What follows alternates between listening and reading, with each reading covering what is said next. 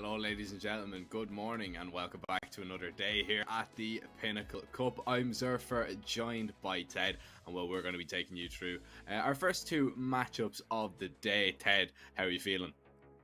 Well, as always, I have my trustworthy cup of coffee beside me, and I hope that everyone does as well. And I'm ready for some really nice CS. Of course, obviously, we're used to, at this point, getting elimination games early in the morning. I guess that we can't just wait for the later hours of a day to disappoint people who have to start our days with it. But yeah, that's what makes it so beautiful. Yeah, you want your disappointment early, if so you can kind of turn your day around. You want to get the elimination games out of the way very early on, and that's exactly what we're going to do today because we've got a lot of them here. If you have a look at the bracket, or rather the table that's been going on in the Swiss stage, and you can see that there's a lot of teams down there in that 1 and 2. A lot of teams close to actually qualifying to the next stage as well, which are the 2 and 1s. Some very tough teams in there, especially looking towards Mars NXT, Copenhagen Flames, Skate even in there as well. But focusing on that bottom half of the bracket and focusing on our first matchup of the day, it's going to see Kova take on Trick, the Finns versus the Danes. And this is an interesting one for me, Ted, because if this was a game that I was looking at, maybe I want to say midway through last year, this one would not get me excited whatsoever because of the state that these two teams were in. But at the moment, you're looking at Kova. Kova are on their best form so far. I believe they're at their highest rated that they've ever been on HLTV.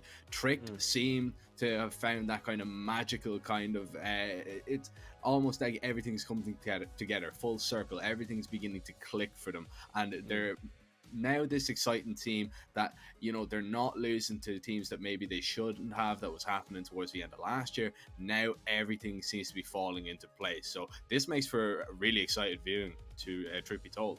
Yeah, I think that both teams were kind of, I don't want to say disappointing, but didn't have the best results in 2021. Let's be true, let's be honest about it. But 2022 has been just a little bit better for them since the beginning of it. I think that last season was kind of unfortunate. Both squads, as you pointed out, weren't the types of teams that you would get excited about, weren't the types of squads that you're going to be looking at, and you're gonna be telling yourself, okay, this is gonna be a really interesting game. No, in the end of the day, looking at those lineups, obviously every single Kova player throughout 2021. You would be like, I hope this one isn't too tough of a game. I hope it's gonna be quick. It's not gonna be an interesting game to watch. Well, now it's became really intriguing. Kova going into this one, obviously a 1-2 matchup elimination game. Loser goes home, but they've picked up one victory. Truth be told, they've had really tough opponents so far, and their one victory was against Skate, which is a top 20 team right now. Yeah, I mean, they managed to take down Skade 2-1. Their losses were to Anonymous and Into the Breach. Even before that, in the previous I suppose stage of this event, they took down 777 as well. So they're taking down some decent enough tier 2 opposition, and they're gonna have some strong tier 2 opposition at the moment coming up against this Trick side, who actually lost to Skade. They also lost to Anonymous as well, but their win came against Sinners, which they're no easy target either. So both of these teams, they've taken down some top teams that, like, at the end of last year you'd be looking at and you'd argue, these teams, they were breaking into the top 20, they were going close, and we'd be considering these two teams, or Skade and Sinners, to be the ones that maybe might challenge for some tier 1 opposition, to put up numbers against them. So Trick and Kova already with some impressive wins, but they're going to need a real impressive victory to stay in this event because, as you mentioned, this is an elimination game. We're going to jump into the Veto and see which way it goes, and no surprise, straight away off the rip, we're going to see the two permabans of both teams, Z2 and Ancient. No surprises there. Kova going ahead and going for their pick of Nuke. Unbeaten on that map, if I'm actually not mistaken, which is very, very impressive. I don't care what stage of the game you're at, what tier it is, if it's all the way down in tier 6, tier 7, if you're unbeaten on the map at this day and age, it's very, very impressive. Okay, so taking a look at this one, Nuke Overpass Vertigo, I just get a word in my ear that we're going to be jumping straight into Nuke, so we're going to be speaking about the Veto as the game begins, but taking a look at the Veto, I actually think that one will that, and I honestly, you know I'm a man of predictions, you know I'm a man that loves having his bobbity boop with how the game's going to go. Hey, we're going to get it. A quick go at it, and a quick look at it as Iceberg starts this off very well for Trick on this CT side. Of course, saying that Kova are unbeaten on this map. This is a pretty strong map for Trick as well. Maybe not seeing 4 losses. They'll be looking to try and turn them around as smoke goes down to try and make their way outdoor. But Trick, they have it on lock. Quez with a double with those Julies, just dropping the bomb as well, which is going to make things very difficult for Uli and ZKS, who are going to have to try and really do it all. ZKS has been spotted. He's been tagged down just a little bit, looking for a kill. KOS with 3 in the end, as Trick will take the CT pistol. They don't lose anybody as well. So Kova not really getting into that round whatsoever, but it is only the pistol, and they can just focus on maybe what they want to do in their first gun round, as I don't think they're going to be heavily invested into this next. No, a fairly clean one. Of course, the lack of a bomb plant going to mean that potentially we're going to see a Fuiko coming in from the T side, but as you pointed out, Nuke has been anything but, it has been, I want to say anything but consistently delivering for the side of Trick. A good map normally for them, a map where they feel kind of comfortable. But in recent history, especially in this tournament, it's been really awkward with Nuke.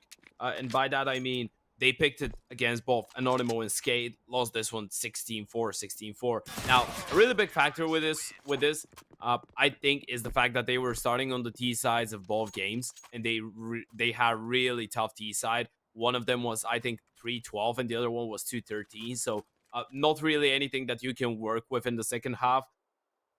And then I believe that the thing that they did against Sinners, picking into Overpass, showing that it was a really comfort zone for them, absolutely destroying Sinners on it, and then leaving Nuke as a decider. And, well, when it was left as a decider, they actually managed to do a lot better and beat Sinners 16-12. Yeah, Sinners isn't the Sinners that used to be in 2021, but still really impressive victory. So I wouldn't write them off. I understand why Kova are going for this one. Their Nuke has been looking phenomenal in recent history. But still, Trick, especially on the CT side, they are a team that can do some serious damage. Well, that's just it. We're actually going to see what Trick can do on the CT side, because, the game can be over in a half, and this round might be over in a half as well, or in under less than a half. Larson's found 3 kills, looking for the 4th, tapping away. He's actually going to fall, but does a significant amount of damage to Yuli. Prime needs to be careful. He's giving away a free kill, and he's gotten over aggressive there. That just gives a window of opportunity for Kova here. They have just a small chance now in this round. Uli is still very, very low. Twixie, he is just now hidden from Iceberg, who has actually rotated all the way around and gotten on top of the silo. Iceberg now been spotted. At least that is one threat that Kova now are aware of. But timing is really everything, and Quez finds that free kill from heaven. Bomb still dropped out in the open, and it is the low HP Uli with really it all to do. 30 seconds. There's 3 players looking at him. It's not looking like Kova will pick up their first round, and Uli should go down here. Indeed he does. Really strong from Trick, but we're already seeing some sloppy signs in there, Ted. Yeah, that play from Prime, I'm not a big fan of. I believe that Larson did more than enough in this round, of course, playing the rotation in this one, even without the AWP, which we're going to see him handle in round number 4. But Larson does everything in that scenario. He gets a 3K, even tags a 4th player down low. In that scenario, what Prime has to do is just hold it on. Just let them go down secret if they want to. Just hold the cross towards Hell, hold the cross towards main. If he goes down, that opens up a lot of space. And in the end of the day, if you're Tricked, you have to be kind of thankful for the chance that you get to get a nearly flawless round as the first buy. So you don't want to be taking chances like that, just because economy could get really awkward later on, especially after a round like this one. Oh my. Okay. Beautiful from Kova Look at the so HE. far. Yeah, it does a massive amount of damage. Finds a kill as well. Quez now trying to restore a little bit of order because it's getting a little bit out of hand here for Tricked. This was meant to be the one that you farm up the cash. You make it look really easy. You stop that A pop and shut it down instantly, but does not go to plan whatsoever for the CT side. And Kova, they're going to be pretty happy with the way that this round has gone as a whole. Regardless of what Spargo can do in this 1v2, they're going to be delighted with the amount of damage that they've done. And Spargo, if he times it right, he could get a whole lot more. 50 seconds. And does Larson check for it though? Does he consider it? Surely he does. Timing goes out. Larson misses a shot, and now Spargo has gotten himself an ADBP. But look at the position of Quest. It's extremely hard to clear it out. Surely he goes down in the moment that Quest spots him, and there you have it. ADBP in that scenario. Low HP, no armor. Not gonna give him a lot of chances, but that was an insane round coming in from Kova. Don't misunderstand me. I mean, this is a tricked round all over the board. Yes, Quest is 8-0, perfect, but you take a look at the money on the CT side, that doesn't look like the economy of a team that has just won 4 rounds. No, it doesn't whatsoever. That is a disaster. That's not a good round there for Tricked. That I would not be happy with that whatsoever. I was about to say that they're devastated because of their faces, but I think it's just morning face. Yeah, I think it is just, you know... They just haven't woken up. Yeah, it's just a little bit early. Yeah, especially for gamers, man. I mean, I just now remember when we used to go to school, I was like, yeah, I wake up at like 6:30 every single day, or even at 6 from time to time. And now I just realized, okay, gamers actually wake up really late and think it's early. Yeah, it's not good, you know, especially... Yeah, we're lazy. Yeah, it's just... No, we're just night owls. Yeah, exactly, night owls. That's all it really is. Yeah, there's always a few complaints when you see yourself, especially when you're playing in this event. You see a few teams giving out when they get the early fixture. That's why you just win. If you just win, you're not gonna get any games. Oh, that Simon is awkward for Spargo. That's so unlucky. Iceberg has a little bit of info as well. Quez not gonna be pushed here. Just deploys a flash to keep the T's at bay. 35 seconds. Kova, they are going on a wrap here out towards ramp, but Prime is in prime position right now. He's just holding, spots the first and the second, gets even the kill onto Twixie, looking for ZKS, who's now trapped. Luckily, Yuli's there to help out. Kerr alone on the site for the moment. Larson's going to try and help him from Squeaky, but Kerr goes down. Bomb plant is a possibility here for Kova, as they will get onto the site. Yuli with a massive kill onto Iceberg there, as it's all falling apart here for Tricked in this round. Quez eventually gets a kill onto the bomb planter, and he is just going to try and stick the defuse here. Yuli goes up towards heaven, and the defuse, surely it's gotten. Yeah, Yuli can't do much. Knows he's being held, and he can't even swing. So Kova, they do well to get it into a post-plant scenario, but they just cannot get that finishing touch, cannot get it over the line. Doesn't really believe that they're sticking the defuse as well. You can see it there. He was just like, yeah, they're gonna hit me on the ladder, they're gonna get off it, maybe I get a chance, maybe it gets a little bit sloppy when they start tapping the bomb again, and I can time it well to isolate 1v1s. But in the end of the day, cold as ice are Tricked, and well, they pick up their 5th round. That was a really good defense. You know, Quest is finding some real consistency, which was a little bit of a problem in the game against Sinners. Prime had a really good game back then. He averaged right about 1.23 rating, but there was a really interesting stat actually that was brought up to my attention. Quest actually, before the final half of the 3rd map, so what is that, 5 halves, he averaged 5 kills per half.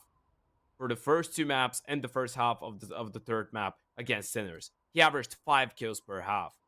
And then he absolutely obliterated them on the CT side of Nuke when it came to it in the 2nd half. So he is a man that normally you expect big numbers from, but he's been really inconsistent recently. Him to get such a good start, that's always going to be well welcomed by the other Tricked members, because he is such a high impactful player.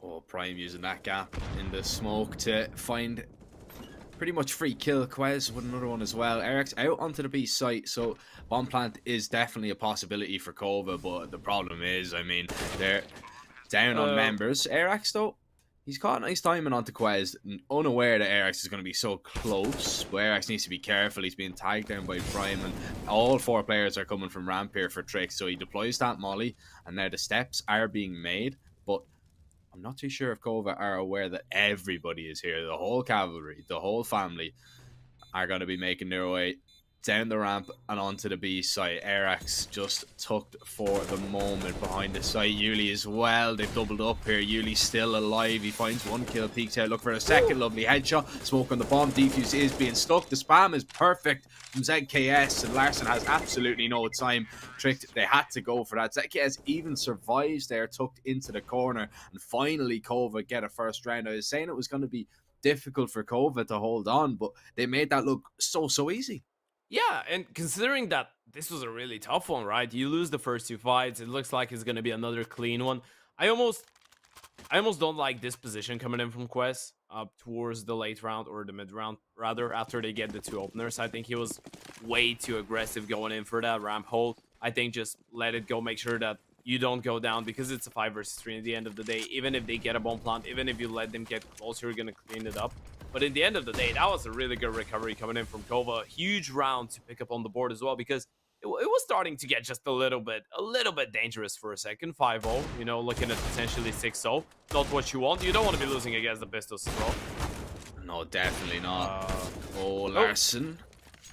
Optimistic shot. Yeah, very lucky to get out of there, but look at the space it's created right now for Kerr. Spargo needs to be careful. Kerr gets that kill now, and the Deagle's reigning supreme. As we can see there, Quez is 12-2 at the minute. He's added 2 more to his tally, and Yuli, he has to be wondering, like, all right, we did well to win our first round there. What the hell has happened now? I'm alone, a minute left on the clock. I've got a free kill. Oh, okay. Yeah, free kill. Yeah. He has a free kill there, but he took his time to get it. It's all right. Could have been a whole lot worse. I've seen it be a whole lot worse. Yeah, imagine he turns around with the MP9, 3 headshots. Yeah. Oh well, if it was Face It, there would be absolutely no doubt in my mind that the MP9 would have just whipped around and killed him. But not to be, not in this one. And Yuli, he has a sight set on saving here. There's absolutely no way he goes for this. So it's going to be another tricked round. A brilliant response, of course. After they'll probably feel a little bit hard done by in that retake scenario. So this is the perfect way to answer. And we can see already Kova looking a little bit stunned. Yeah, you could see that in the first couple of rounds. Trick didn't really switch things up when they didn't need to. And this is something I like about teams, because a lot of the times you could see a squad just winning a lot of rounds in a row, but starting to get worried and then trying to switch things up, and then this is the thing that actually brings them out of momentum and allows their opponents to get back into the game. In that scenario, Trick just wait for these rounds to stop working, and when the defensive setup, if we can call it like that, like their defensive approach, actually lost them around in the end of the day, they were like, you know what, we're gonna switch it up. Yes, we have a couple rifles, we have the AWP, but we have a couple pistols as well. We know that it's not gonna be easy if we just play towards the back of the sides. We know it's not gonna be easy if we go for a potential retake. Utility is not looking that great, so we might as well just go for some split aggression. Works out absolutely perfectly. You know, these are one of those moments when you just hope for the best with the Deagles. This could go horribly wrong, or it could go horribly right. And in that scenario, they were just really fortunate and skilled as well to get those kills. And that's going to be a little bit disappointing for Kova, though, because if they lose this following up round, they're going to get completely reset. And you can see that there's already signs of it. 2 MAC-10s in the mix.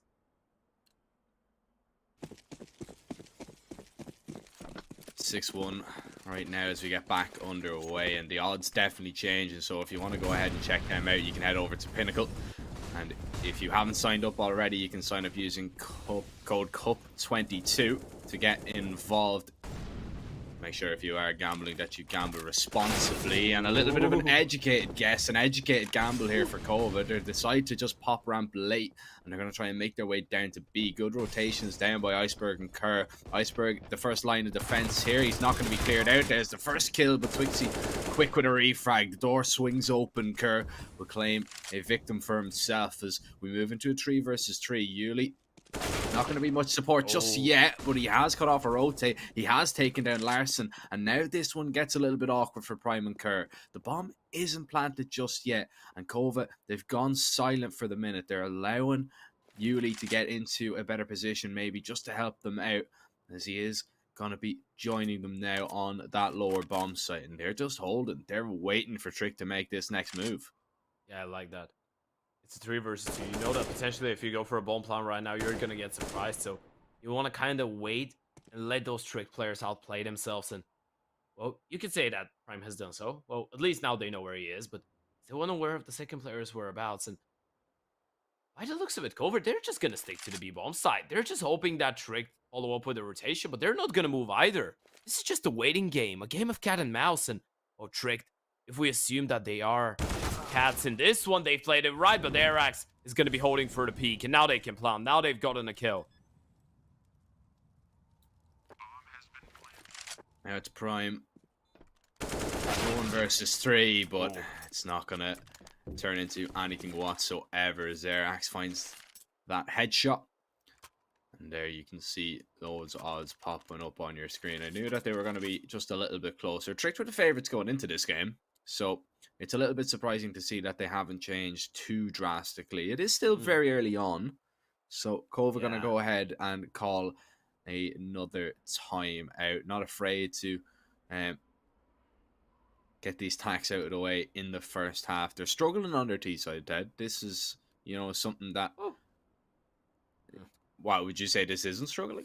I'd say it's a bit too early to call this struggling, because this is one of those halves that, yeah, you look at it 5-0, 6-1, but it's one of those halves that could easily turn out to be quite leveled up and quite fair in the end of the day.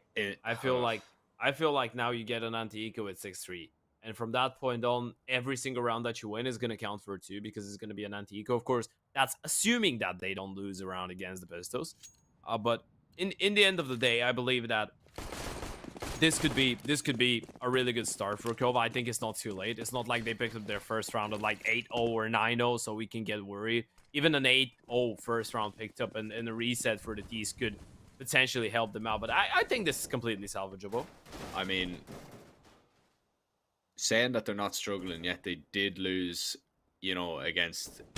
The rounds that they lost, they were just getting absolutely ripped apart, and they lost a Deagle round. Yuli showing no signs of struggling there, as he has some beautiful spray control onto these USPs. Quez has found a double, and now this is the worrying part. You know, it is, okay, they've killed the majority, but Quez seems to always get a multi-kill. He always seems to get at least 2 in every single round, and that is something that cannot happen time and time again, because he will begin to punish Kova. But yeah, no, I'm just thinking more along the lines of the Deagle round that they lost. You know, that one was awkward, but there was still some guns into the mix. There was still some guns there, but you know what I mean. It was the Deagles that did the majority of it. So yeah, no, it is still early, but there's some worrying signs for Kova, especially, you know, if it is their map pick. But they're just trying to get through this half, I suppose. You know, this is you know, they know the Trick struggle on the T side. That will be definitely in their minds. They'll just be trying to get as many on the board as possible. I think maybe 5 would be perfect. You know what's the thing? I believe that at this point, if you're Kova, you just want to win enough rounds so that Trick aren't in touching distance of victory if they win the pistol in the convergence in the second half. If you look at Trick's rounds and you're like, okay, let's assume that we had 3, worst case scenario. Like if we lose the pistol, we lose the anti-force, and then lose the anti-ego. We had 3. If they haven't reached 15 or 16, we're fine. we can still play for the game. I believe that this is the mentality right now for Kova. Like, this is the mindset. That's why they're not gonna get pressured that easily. But yeah, you're right. Trick, they're showing some really good CS. And what's worrying for Kova is that individually, it looks like Quez and Prime are having a good start. And if Larson wakes up as well, which we've had a couple of nice rounds from him, that could be a bit of a tough game. But now I like that from Kova. They're going to switch things up. The nades are going to start raining in towards the A-bomb side. This looks like it's just the bait to open up some space towards outside. Flash out the door, Kerr. Oh, the MP9, it has it under lock and key. Very straightforward. 2 quick kills. KS, the next man to fall in this round, completely shut down and out by Kova, as cannot really get a foot in the door. excuse the pun, but that is just the way that it went. It was over before it even started, really. And now Trick, they have a 7-3 lead. 4 rounds already to begin to open it up. And poor Twixie, I mean, he tried his best to get the trade there, but the MP9 was still mid-spray, and it was perfect height, easy, as you like. Yeah, we are going to see another investment here from Kova, though. So they do have, the AKs out again. Yuli is going to have to sacrifice it. His weaponry just a little bit. He's only going to be on a Galil. Eric's is actually going to swing out here, but Iceberg's so ready for that. Continues to spray. Won't find much more. Yuli's burning to a crisp. He is dead. Prime spamming to take him down. 2 kills to the good. Already for Tricked. Spargo lost in the sauce a little bit there. Not down the bench just yet. And I believe Iceberg spotted him. Well, they know there is a possibility, and no one's going to follow him down.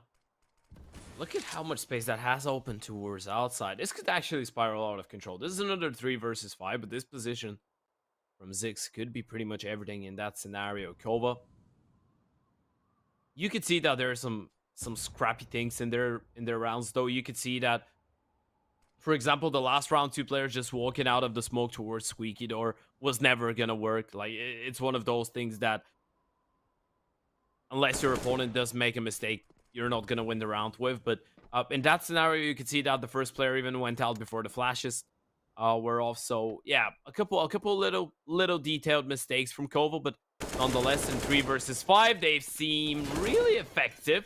And, well, that's not going to change here. Zix finds a double kill. Kira's going to restore 1, but still a 2 versus 3. Still, this looks completely doable. Yeah, I was writing them off, but ZKS giving them a chance. Now walking forward, spots out Kerr, but the headshot landed. And Trick say, all right, yeah, let's get back to regular scheduled programming, as Trick will pick up another round once again. Still the favorites here. If you want to check that out, you can click the banner down below the stream and head over to Pinnacle. Of course, the Pinnacle Cup, if you're unaware. If you did not know that that was the name of the event, but if you want to show them some love, you can head over there and sign up using code CUP22. Make sure to gamble responsibly. One of those things that people ask in Twitch chat. They just join it. What's the name of this tournament? Which teams are playing? Yeah. Who won the first map? What score is it? Yeah.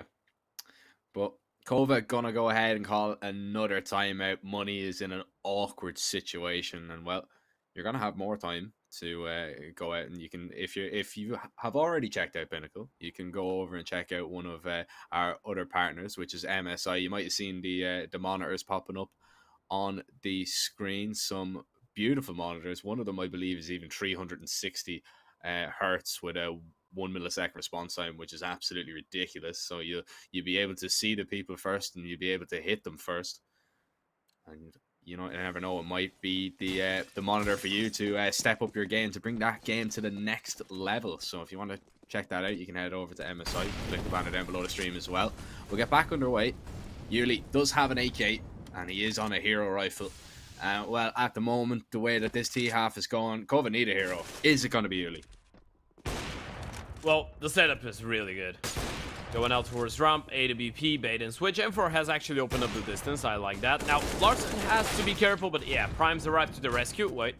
Okay, Quest has arrived to the rescue. And this is really impressive, by the way, from Trick, is the fact that they always have a plan B. And if not, they even have a plan C in some scenarios. This is a really good reaction. Yes, the Pistols have shown to be quite dangerous this game as well. Yes, it was for Trick, but we know what they can do. We know that they can create some really utter and bad chaos around the map. But it's really nice to see that there's teammates always ready and willing to support their fellas. That's going to be a free kill. Yeah.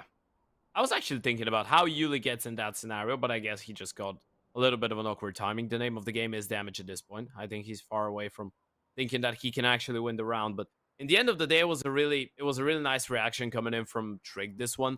You could see how they were just not risking it too much. They realized that they have pistols on the other side, maybe potentially a hero rifle that now they've discovered. But you don't want to let those pistols just get the guns. Even if they get a kill or two, just make sure you shut them down straight away. Not let them pick up an AK or an M4 or an AWP even, and make this one too chaotic.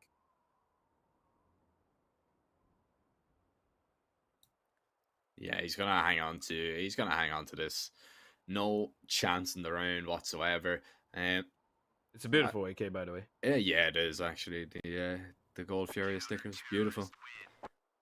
But you know, having a look at that one, maybe he could have played the trigger discipline to see if he could have got more out of it. That's what I was kind of thinking, but I don't think there was really anybody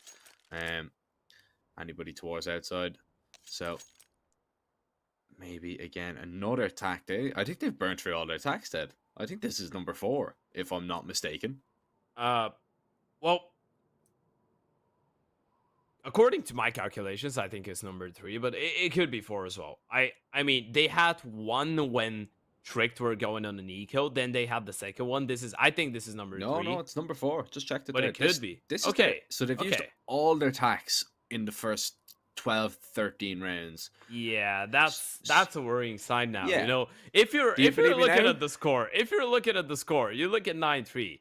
You still think, okay, they get 5 rounds, they should be fine. But then you think about 4 tactical timeouts being used already. And it's not like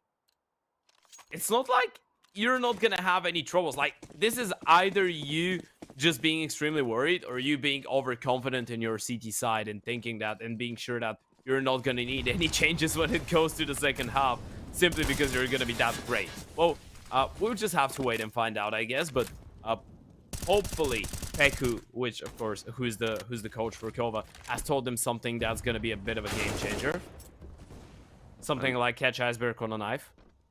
Oh, and Twixie catching the timing could get a lot more than just Larson as he drops the op. Quez though, he's looking for the kill. Brian gonna help him out. Eric's actually swings through that molly, takes a good healthy amount of damage, but he still manages to find the kill. Yeah, it is a save here. Well, Prime, he is going to back away. Kerr was just, inquiring, just making sure that nobody is pushing up to try and get aggressive, but that is never going to be a possibility.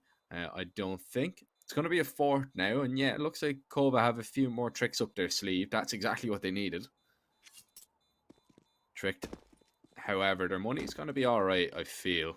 I feel they'll have, just about enough to get a decent buy, but it will all depend on what the loss bonus is after this round. So, Kova actually have a chance to get 6 here, which wouldn't be terrible, all things considered.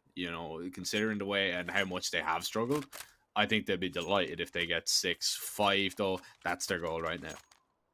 Yeah, 5 rounds. 5 rounds is the minimum required that you would need if you want to be competitive going into the second half. 6, absolutely perfect considering how this half has been going. I think this was a bit of a... I'm not too worried, actually, for Tricked after this round. I think they take this one to the chin and just be like, yeah, okay, fair enough, you caught us off guard. We weren't ready for that aggression. You could see that. I think 2 kills in that round out of 3 that they got were on players that were with their knives out. So this was pretty much Trick just not being aware of the possible aggression coming in from Kova, and them having a really unorthodox approach, such as pushing with the bomb out of hut with no grenades. That's unorthodox as well. Was there a flash thrown there? I'm not sure. No, it was just a dry hut pop. Little bit questionable, little bit strange, and Trick, they're going to reap the rewards of this round completely. I am a little bit baffled about what has happened there. Larson holding Twixie.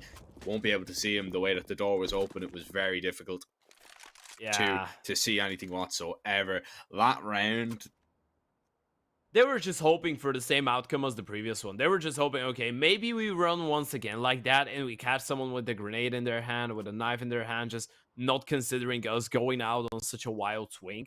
In the end of the day, though, especially towards the A-bomb side, these plays haven't been working out, right? You tried it a couple rounds ago when you sent 2 players through the smoke and up in Squeaky. There was a flash as well, which was a little bit delayed, but the aggression towards the A-bomb side hasn't been working out at all. I believe that outside has been maybe the most successful area. Ramp as well, you have found some nice openings onto Quest throughout this first half, but the A-bomb side has felt like a completely shut door for the side of the T's.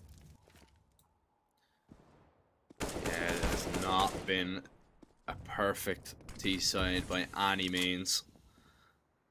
Start things off in this final round. Yuli, he's already lost his life. The outside lurk that has actually been quite good at creating space.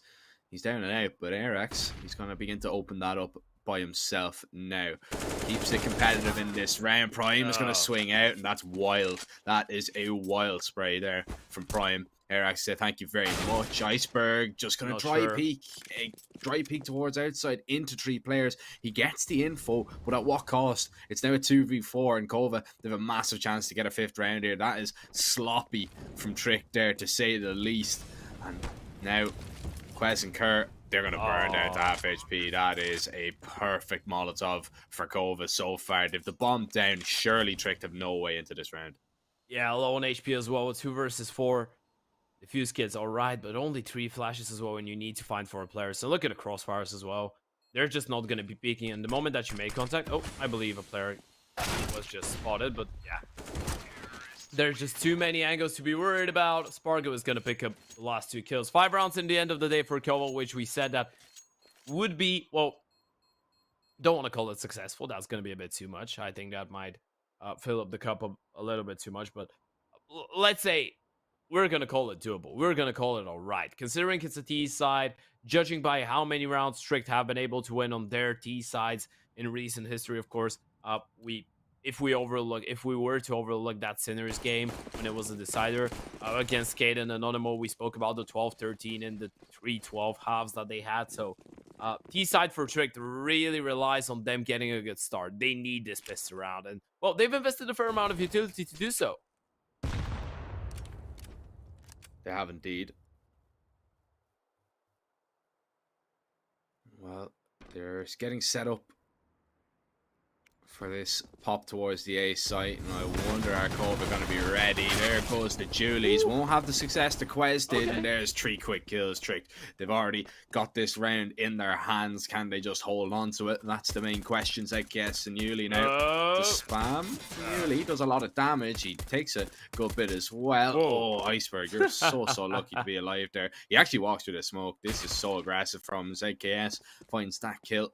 And now they know that both of the players are here, so they can focus their efforts now solely on main, and they're even going to have Prime wrapping around as well with the Julies to try and take down these saving players, and that's exactly what's going to happen. ZKS has dropped, Yuli the last player standing, and this is going to be Trick taking both pistols on Nuke.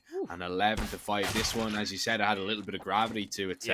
11-5, good start for Trick, but as we wait and see, I don't know if they're going to go for the investment, but speaking about money, if you guys want to deposit or withdraw easy and securely, there is no better way to do it than AstroPay. You can pay in your local currency on international sites, and it is accepted on, I believe, over 1,000 sites as well. So make sure you go ahead and check out AstroPay, as we will see, not the investment. No.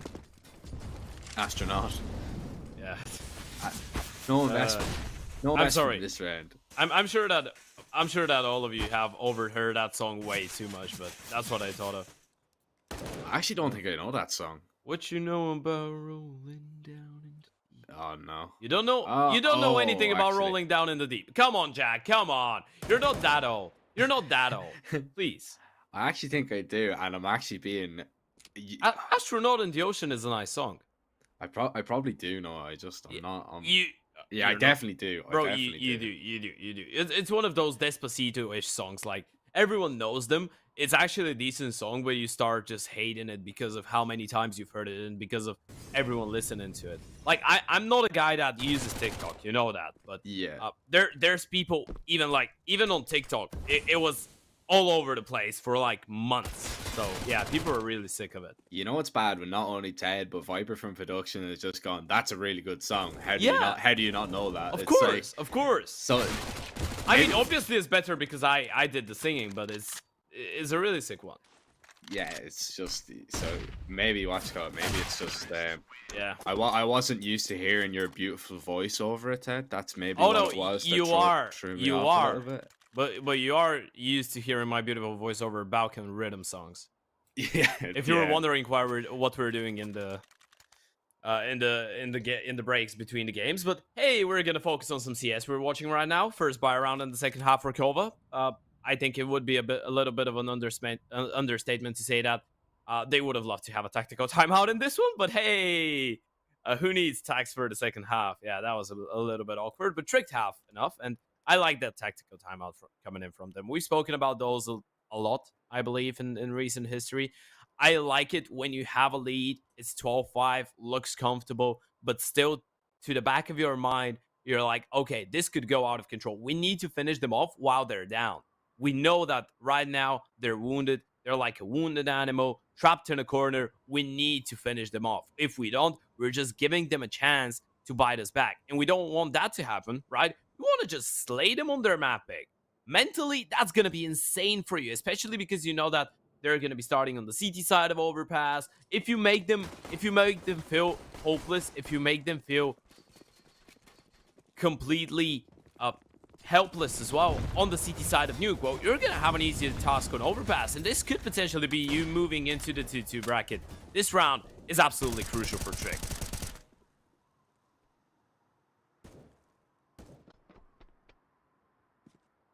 Massive the way this one, and especially for Kova really as well. I mean, this is very, very important.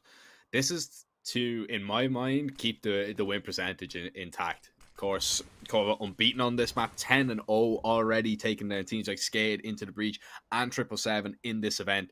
And Tricked, so far, they are looking like the team that are just a little bit too hot to handle on this map.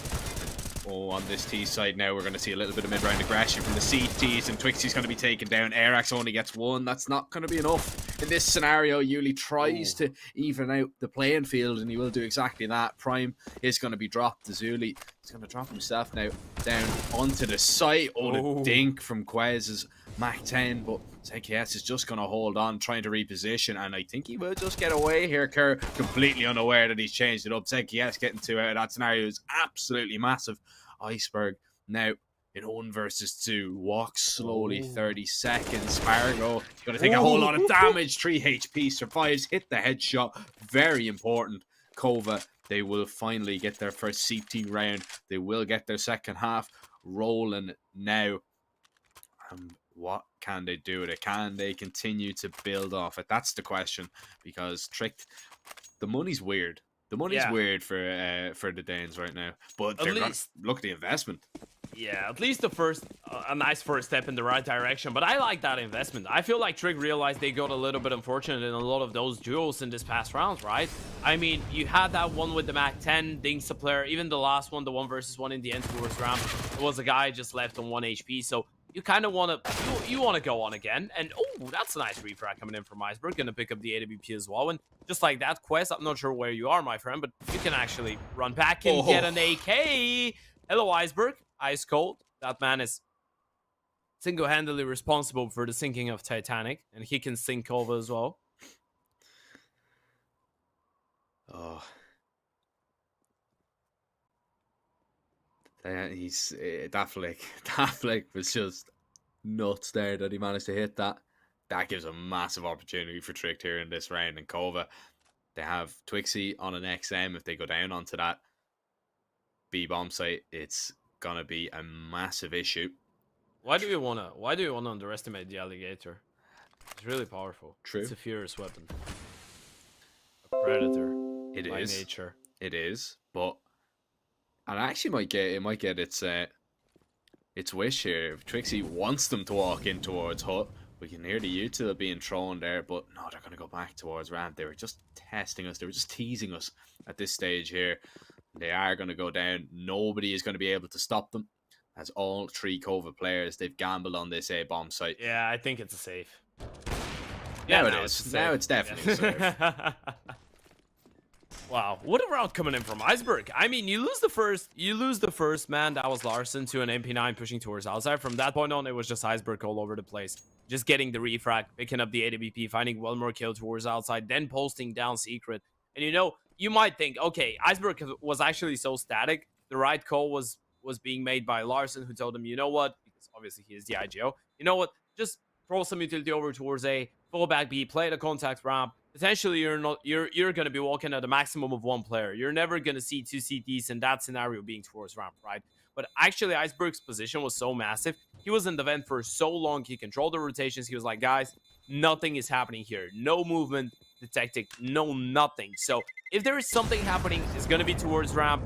If ramp is clear, that's a free round for us. I have the rotate. If you try and fake out A and then fall back B, they're going to get dragged towards main. They're going to get dragged towards the middle of the A bomb side. And I control the fastest rotate that they have. So if they want to go for this, they need to go all the way through secret or wait for you to kind of let go of ramp and then try and clear it up and take it later on by force. So that was a really good round coming in from Iceberg.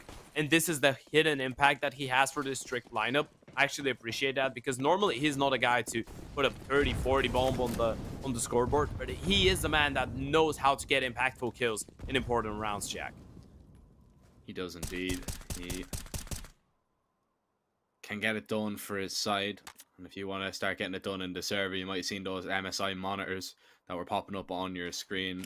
There's some beautiful ones on offer. You'll be able to see your opponent and hit them a lot quicker than they'll be able to see you, especially if you go for the one with 360 hertz with the 1 millisecond response time. Make sure you definitely go ahead and check them out if you're interested in picking up a new monitor. As Kova, they might need to be checking out the MSI website after this one, because after losing their win streak, you don't know what, a stray fist might, go in a little bit of rage, and they might need to check it out themselves. But come on, Jack. For now, all monitors still intact, and of course, we do not condone monitor. They're professionals. We do not condone monitor abuse whatsoever, but these things happen sometimes, especially when you get a little bit frustrated. What a way to frustrate you right there. Beautiful flash in. Larson takes down Eric's. And round done and dusted. Unless Yuli finds that kill. Now there's a little bit of an opportunity. There's a little bit of a chance here for Kova. But do they go for it? I'm going to stick to round done for now. I think it's 100% safe. You don't want to risk it. It's a 3 versus 4. Even after you get that kill, you know that there's way too much that you need to be cleared out. Obviously, there was no chance for you to come in from lobby because there's the AWP that's locked that one up. And now when you're looking in 14 tricked, I think that from that point on, there is just one team in the server that can make Trick lose this map, and this is them. I feel like this is a game that you have under control right now. The buy is going to be really sloppy coming in from Kova. And once again, it just feels like Kova are having a bit of an all day, right? They're just getting surprised by things that are not out of the cards. Like, you see the main player just not having any visibility towards outside and garage whatsoever for a good amount of 5 to 7 seconds. And then after the smokes fade, he's like, yep, it's clear. There's no chance of anyone crossing. And they didn't even think about Heaven being a possibility. You can even see that Trick went for a flash peek because they were like, yeah, surely they're going to be ready for it. I mean, we didn't see anyone. We didn't catch any bit of an awkward timing, or at least we don't think we have. So they're probably going to be holding for it. They even got a flash for the peak. It wasn't needed. They could have just went out Heaven dry and got in a 2K. And this is the worrying part, is that over... They just don't seem aware of the chances. This is not like them on Nuke. Normally, they're hyper-aware. Yeah, but it is lacking just a little bit. Spargo going to try and get something done for his team. Only gets 1 kill and loses a teammate as well. This is a massive issue here for Kova as they're down to 3. And this is the last chance really for Kova. They need this round to go. If they lose this one, it's 15-6. There's no way back for them. The money is just not going to be there for them. ZKS is going to push, and I love this from Trick. They're just going to sit. They're just going to hold, but ZKS still manages to find that kill. Doesn't matter. Prime's there with a refrag, and Kova are still with a man disadvantage. Twixie and Yuli, it's all really on them. And where do they go? How do they find these kills? Larson's going to be holding. Yuli's down, and it's on Twixie with this MP9. I'm going to try and make no sound as he drops down. And this has been a disappointing game from him. 3-16. So yeah, it's going to all fall on his shoulders to double his kills in this round. And if he can, but he only gets 1. Quez takes him down. It's 15-6. It's map point for Tricked here on Kova's map pick, and they look to break the streak. They look to absolutely demolish that win streak that Kova have worked so hard to build up. 10 wins in a row. Tricked look to say it is not going to be 11. I think I figured out the pattern. Tricked will always win Nuke as soon as it's not their map pick. If it's their map pick, they're gonna lose it. If it's not, they're gonna be the best Nuke team in the world. That's it. It just looks like there was too many issues on that.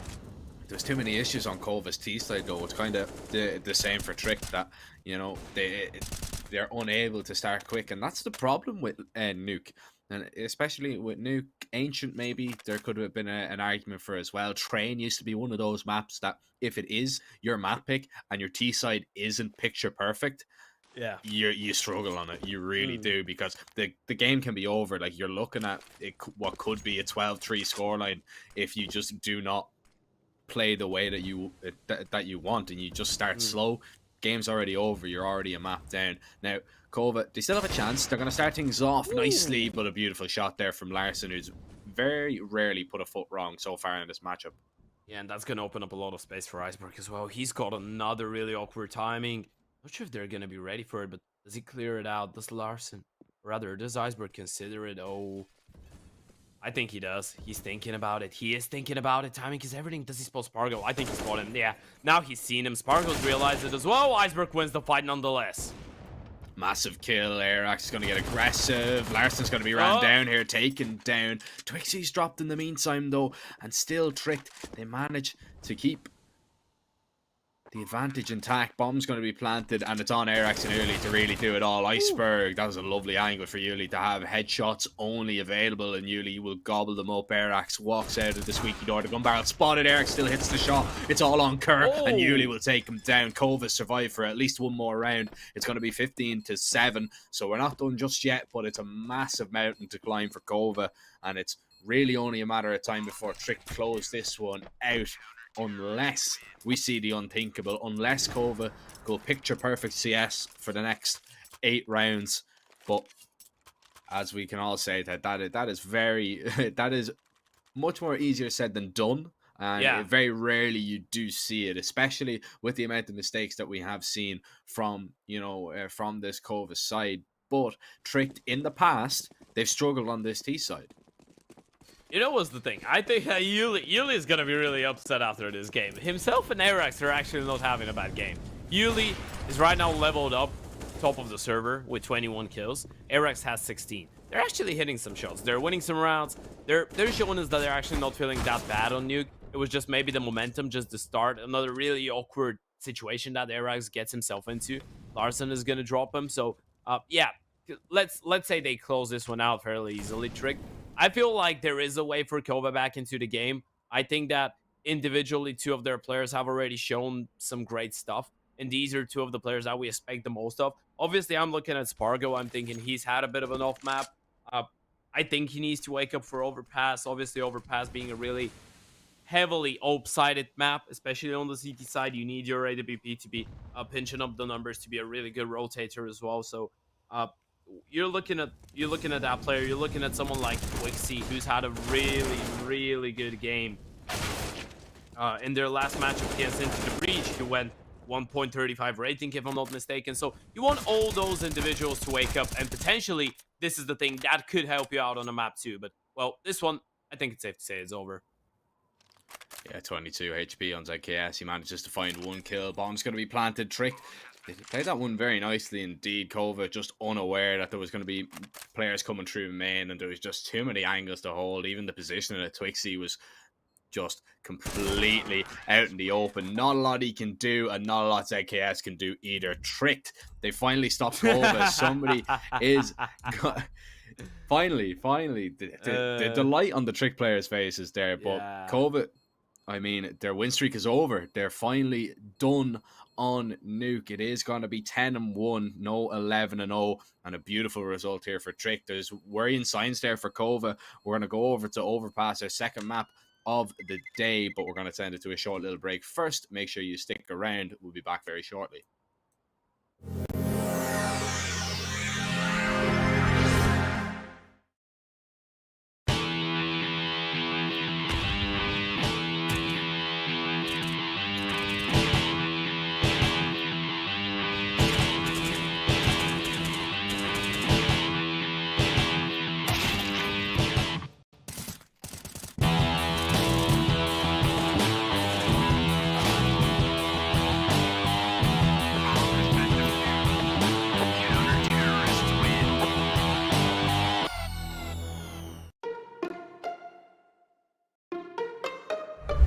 online with AstroPay is really simple. From the merchant site, choose AstroPay as your payment option. Then, type your mobile number, enter the confirmation code, and select your preferred payment method. If you choose to pay with AstroPay Wallet, good for you, select it and you are ready. If you choose another payment option, follow the steps on screen. Your online payment is completed. Get the app in your favorite store or visit us at www.astropay.com.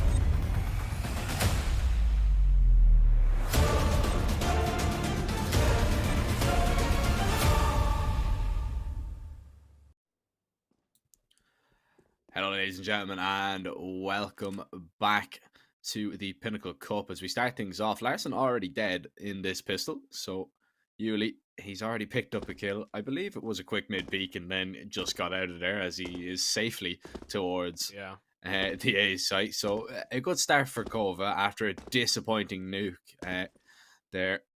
You know what, Jack? Nuke I actually want to an end. Sorry, before we start with the cast of the game, I actually want to thank Dweg, our really good friend and caster Dweg, for his phenomenal tweet from an hour and 10 minutes ago. I want to read that one for all of you at home that don't know what's going on. When will Kova's winning streak on Nuke end? So far, they're 10-0 in 2022 on Nuke. They're currently playing Trick in the Pinnacle Cup 3 event, now down 2-6 on the T side of Nuke. They seem absolutely phenomenal in Nuke. It doesn't feel like they can lose it anytime soon. Hey. Yeah, I mean, don't worry. Hello, Dweg. Don't worry. Dweg has been told that he's meant to use his caster's curse for good and not evil. So he's been reprimanded as such. And well, Kova, they're going to try and undo that little bit of curse that has been put on them right now. Is tricked. They're going to be able to get the bomb down, but Kova now committed to the retake. Iceberg running onto the site, run and gun. The Glock is right, just spamming so many bullets. Gets 2 kills, but in the end, he cannot find a third. Spargo is going to get that defused as a kit to be acquired as well. So a good start for Kova as they do take that CT pistol. But Trick getting the bomb plant down there means that they can go for the full investment, and considering Spargo is the only player surviving, I would definitely think that that is going to be a probability. So Kova not out of the woods just yet. It's not like they can have a little bit of a rest against an eco that's coming up, because they're going to have 4 Galils to put them really through their paces on this CT side of Overpass, which in recent history hasn't been the best of maps, only winning 1 out of their last 4. Yeah, and it was, if I'm not mistaken, it was a double or even a triple. No, it was a double overtime against 777 that they played here, by the way. They ended up winning the series, of course, against 777. We spoke about it earlier on, but yeah, there are other games that they played Overpass, losing 11-16 to Skay, losing 10-16 to Omopeli, which is a Finnish, just a Finnish regional team, not a big name. You losing 5-16 to Sampi, so their results on Overpass haven't been great. But truth be told, the majority of their rounds they've won on the CT side. So I guess what you're hoping for if you're Kova right now, just get the momentum going for you from the get-go. Just get as many rounds as possible before Trick even managed to kind of join in the server and see how things are going to be going for them. Find their tempo, find their pacing. You want to get into the lead right now. You want to try and steal away the momentum, because otherwise it's not going to be an easy game. Relatively easy round though from Kova, as they make that one look very straightforward and simple. Tricked just could not get their force bite off to a really good start. The odds are in Trick's favor, of course, after going 1 map up. If you want to check them out, you can head over to Pinnacle, sign up using code CUP22 and get involved if you are 18 years of age or over, of course, and make sure you're gambling responsibly if you are having a bet. Has Tricked now deciding not to risk it all for a force. Of course, that was all going to plan, and they are going to invest a few upgraded pistols, so still a little bit of a threat for Kova, but the unarmored players will be mowed down relatively simply if they come up against any of the A1Ss on the other side of Kova. And so far, Spargo, he is going to be spotted out. Tricked showing a lot of presence here. They're going to maybe try and just send it up long here. So Spargo not out of the woods just yet. And these Tech 9s could be a little bit of an issue. Beautiful flash, Quez. However, will get a refrag. Picks up the M4, goes super aggressive with it, and gets a kill onto ZKS. This one now is very awkward for the Kova side, as they're in a 3 versus 3. The only thing really going for them is the lack of armor on this T side, but timing is really everything here. And if Arax walks his way up connector, Larson spots him out, he could take him down. Massive kill, and Arax needed it. Yeah, Arax goes down here. This is a completely doable round for Trick. Now, it's a 2 versus 3. It's still not undoable. It's still not impossible, especially when you consider that they have some weapons to work with, and Yuli is all alone, and he's gotten himself into a really awkward position. I don't like that. If they check it out, if they clear it out, he's just going down.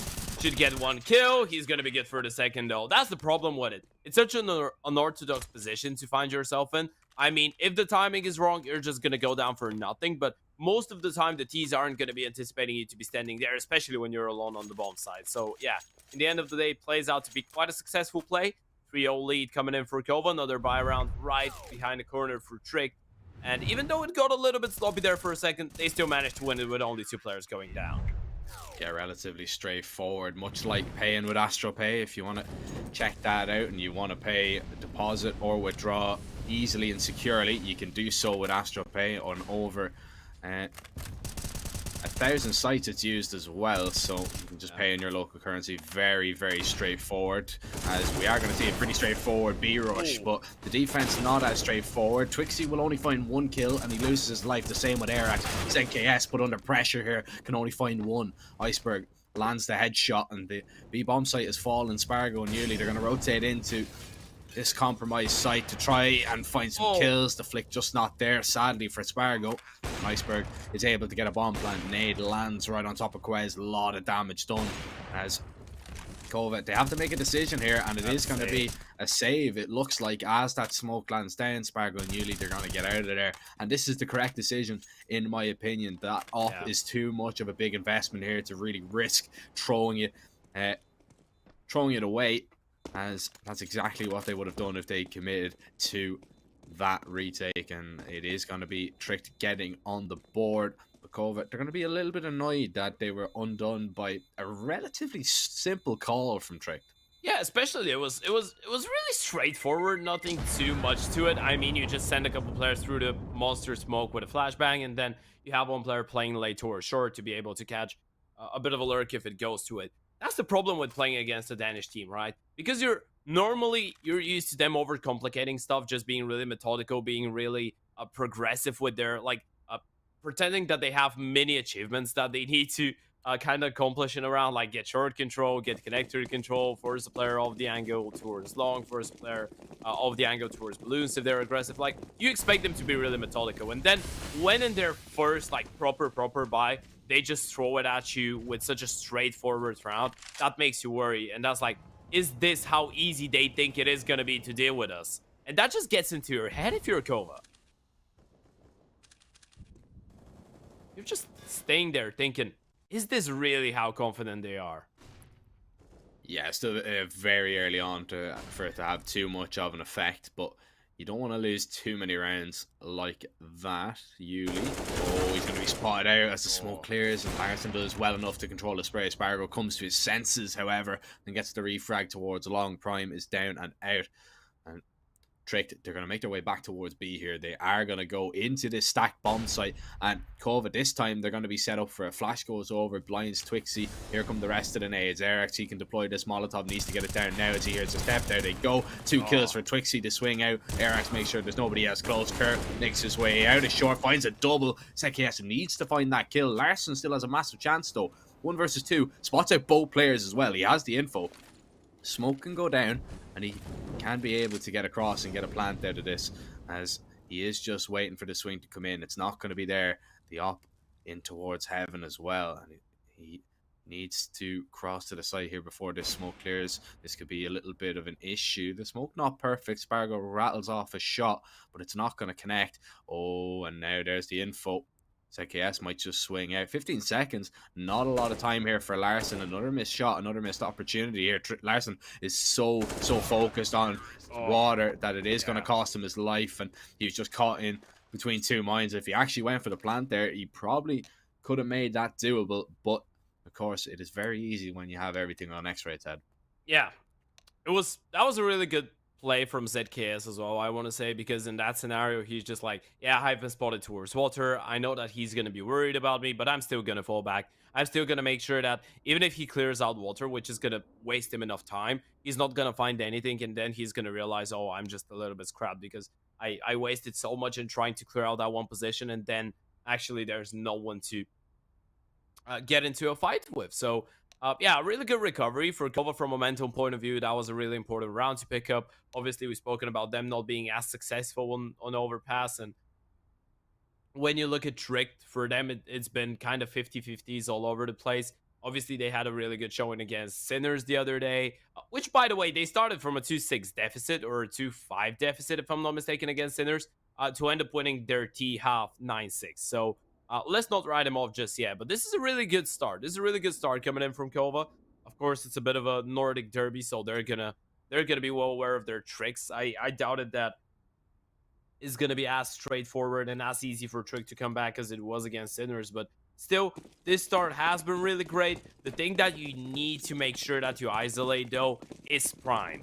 If this guy gets onto a good start on Overpass, this is statistically his best map as well, you're not going to have an easy task. Of course, we spoke about Larson, we spoke about the AWP, especially when he's the IGO, you're not going to be looking at him and be like, yeah, he has to be the hard carry, because ulting as an IGO could be really tough at times, especially on such a heavy tactical map as Overpass. But Prime is normally a really good player, a really effective player on this map.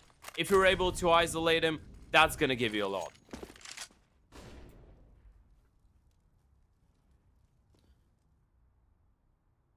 Let's see if they could do exactly that as Spargo. He spots the player jumping across. I believe that was Iceberg, but no shot going to be landed. And he has to walk out of there. It's a bit of aggression here towards Monster Quez. If he had any other weapon other than a Mac 10, that was a kill every day of the week. But Arax is going to be thanking his lucky stars that it was not any other weapon. Prime needs to be careful. Yuli's going to be taking him down. Iceberg with a good refrag, however. Now into a 3 versus 3 ZKS. And it took himself into the close corner here. Might think about going for a peek, but Iceberg, what a lovely pre-fire that is. No flashes, no nothing, just makes his way onto the site. Pure raw aim power as Larson connects onto Twixie up towards Connector, and Arax low HP from that Mac 10. He managed to find a kill out of it, but I don't think he's going to find many more in this one as he retreats to what he hopes is going to be safety as Tricked make their way towards a second round. Man, what's going on with Iceberg today? I know that he is not the player that you would expect the flashiest plays from, but he's been extremely efficient. Like, don't misunderstand me. Last time I think we casted Trick, I compared him to a Cajun B. I think he's one of those players that people most of the time wouldn't appreciate as much as they deserve to be appreciated, because he's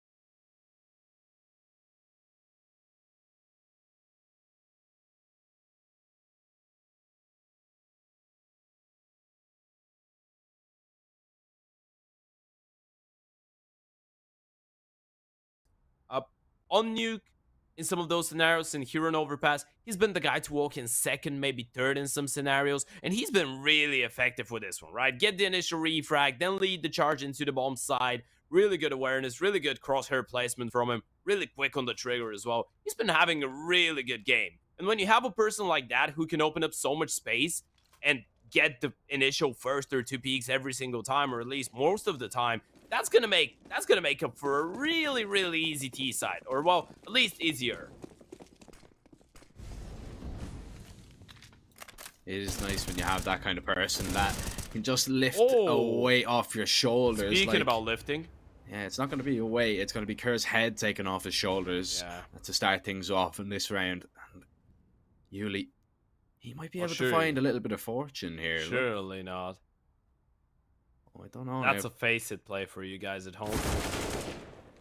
And that's why you don't do it. Yeah, that's why you don't do it. Now, taking a calculated risk, truth be told, Arax is gonna get. He's gonna be.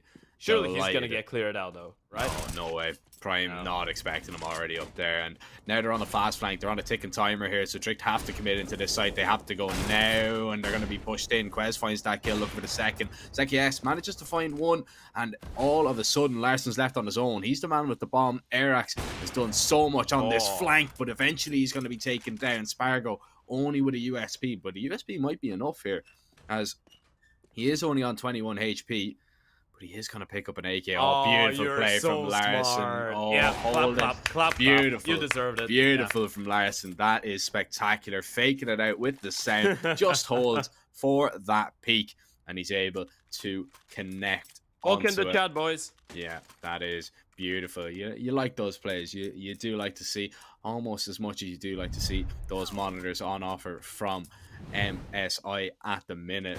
Very, very top quality monitors.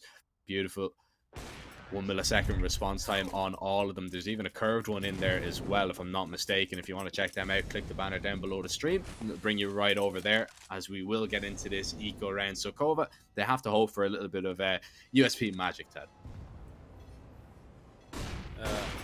No classical magician. I don't think we're getting that, but yeah, I would have loved it.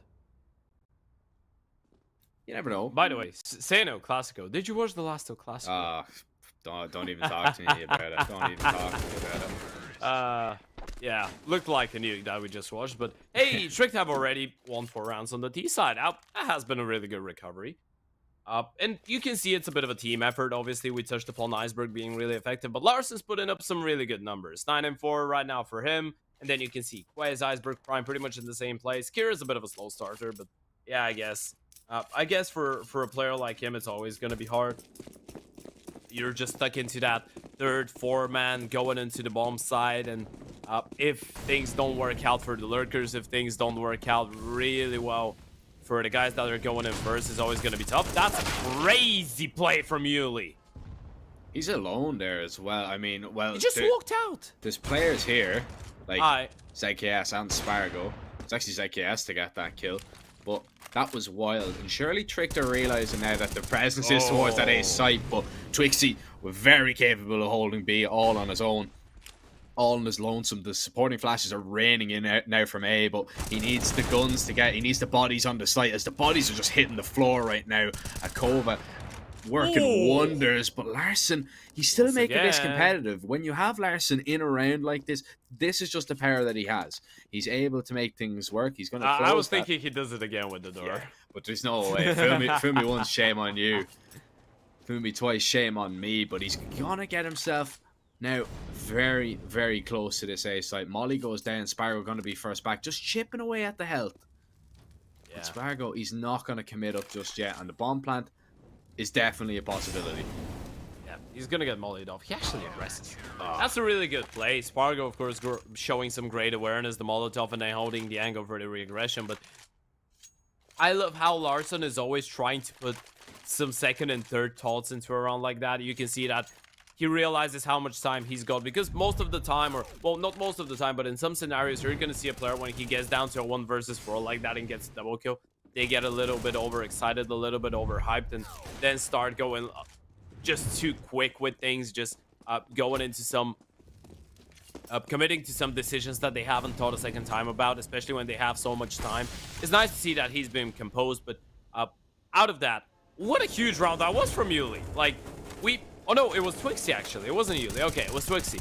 What a huge round that was from him. I mean, getting that triple kill in a scenario where you're completely alone towards the B bomb side. Of course, the double towards Monster, he made it look easy, but well, as easy as it was, in the past 2 or 3 rounds that Trick went for a play like that, they had no troubles clearing that one out. So massive recovery coming in. Kova showing us that individually they're gaining some confidence as well. They're getting there. Their mindset is almost at the right point, but still they will need more rounds. This is CT side Overpass.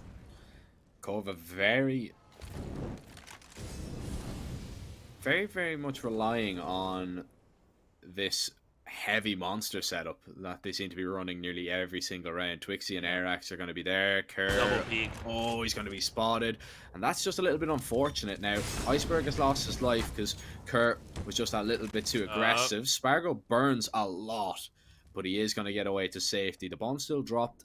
Kerr is going to acquire that newly. He could have everything and more here. Kerr is going to be taken out in the back. Quez is here as well. The double there is lovely. Prime makes his way up onto the site, but the round thrown up in the air massively by that one, and it's under control of Kova. Larson left.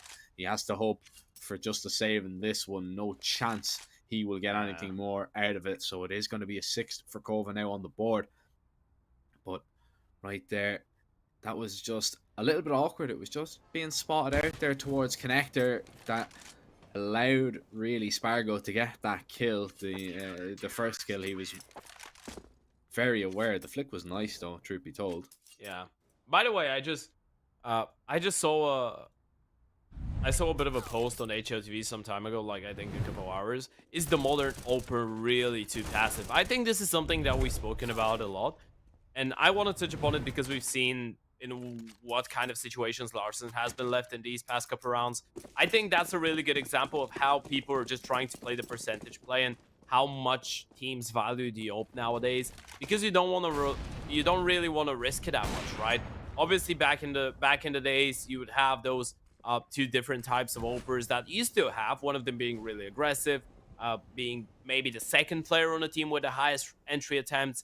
And then you have the type of an oper that's going to be a bit of a more supportive one. I could say that Larssen is this type of oper, a bit of a supportive one. The IGO in that scenario as well. A guy that's often left in clutches and so on. But I actually want to hear your opinion on this one, because I feel like nowadays we haven't been left with a lot of those hyper aggro obs that no matter what's going on are just rarely going to be saving the AWPs. I mean, it depends what side we're really talking about. If we're talking about, you know, on the CT side, I would agree that we have a lot of passive operas because, you know, it's just the way that the economy is for, you know, the way that the economy is kind of shaped up at the moment, that, you know, it's such a big investment for the op and you don't really want to throw it away too sillily. We see a lot of the operas just anchoring the site, and like we're seeing right now with Spargo, just, you know, not getting too aggressive, just holding those long range peaks. On the T side, oh man, that's the thing. Yeah, you know, CT side, it's a bit more balanced. We're still getting the aggression. We're still getting the passiveness when it comes to an anti-eco. Let's say against the pistols, obviously you're not going to be pushing with an AWP down connector against a couple Tech-9s unless your name is Ted. But T side is where that really shows. Well, in that scenario, it's not going to show because Larssen is going to have just the pocket op, the mini blaster. I don't know, man. I don't know. It's a bit of a weird one. Because, you know, there is those kind of operas that they get aggressive, like on the T side, like they are super aggressive, but there is a time where that just doesn't work because people are just ready for it. You know what I mean? Like, you've seen it with Art. He was probably like the best example of it. You know, he was known for this mad aggression when they started off. Yeah, beautiful boost and spam there. But then once he was kind of figured out, he was kind of neutralized, you know what I mean, by that super aggro play. And that's why Furia kind of struggled an awful lot over the last while to, you know, kind of find their style of play and kind of change it up just a little bit, because you don't see Art going for those ridiculous plays anymore, for that like super aggression. Now I know that's kind of a special case, but that's just my kind of opinion on it. Once it's kind of figured out, it's difficult. As Twixy, he has Monster on lock. Doesn't even need the flash, by the way. No, Monster on lock. Kerr finds a nice one with the Deagle. Prime is now going to be joining up with Kerr for just a moment. 35 seconds now left on the clock here as Tricked. I think they will commit into the site here. They might just sit in the smoke and try and wait to see if they will spot Twixy. And they'll see Twixy before he'll see him. Doesn't matter. Twixy will get a third kill. The multi-kill potential from this man towards Monster is absolutely ridiculous. Prime making a lot of noise walking around, and well, walking around the site. Like, let's go for the knife here. Yeah. Right button. It's like, where? Hold on, you say which one puts out my knife again? I can go back to bed now. Yeah, you've seen your knife kill. You've had your fix. I'm happy. Yeah, I'm like a baby. I'm like a baby that's just waiting for some candy. I get my lollipop. I'm ready to go back to bed. This is me with knife kills. I get a game of CS. I see a knife kill. I'm ready. But yeah, on the serious note, Tricked Esports, they go for a bit of a tactical timeout. I think they didn't anticipate that recovery from Kova. Obviously, you had the 4-1 start. Then Tricked managed to get 4 out of 5 rounds. They leveled things up. We're thinking, okay, this is slowly but surely going back to plays. But no, essentially, defense had something to say in that matter. Now they've won 4 in a row. It's 8-4.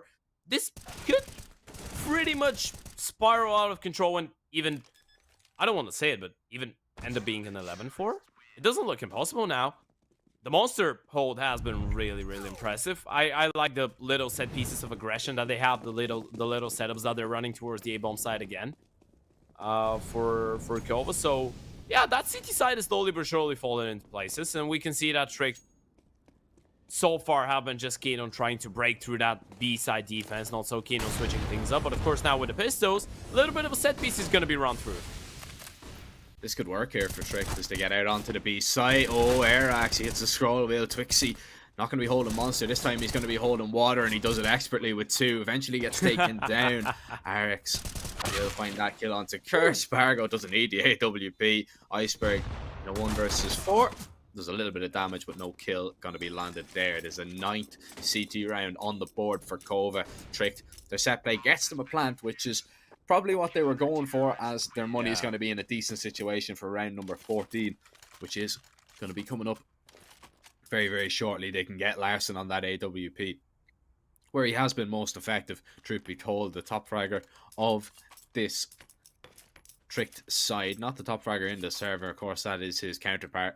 That is going to be Spargo, but only 1 kill in the difference. So it really is just this big green battle that we do see going on at the moment. And so far, Spargo's coming out on top, but there's still a whole other CT side to come for Larson to really get one over on his enemy. And speaking of Spargo, hits the B-hop, hits the collateral. 2 for the price of 1.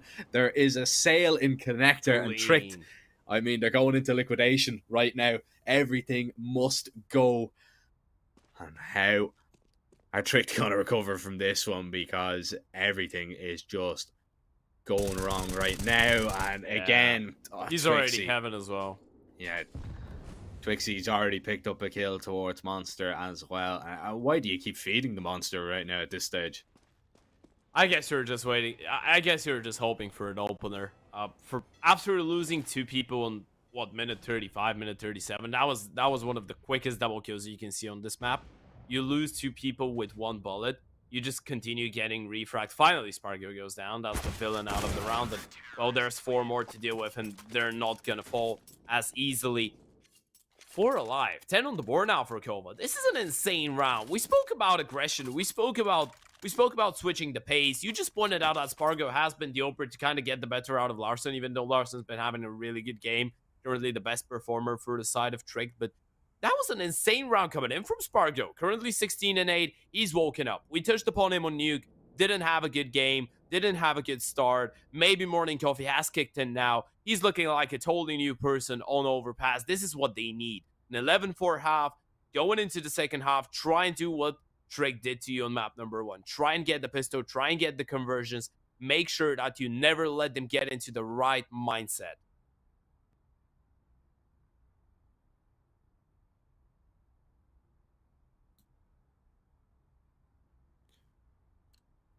Still a map up, though. He slept a maximum of 4 hours. I can tell you that for free.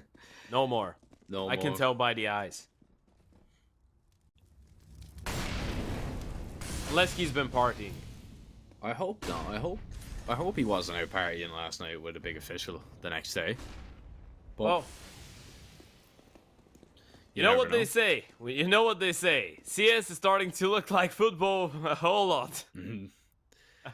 Very true. Very true. Kova looking for that 11th round. They're looking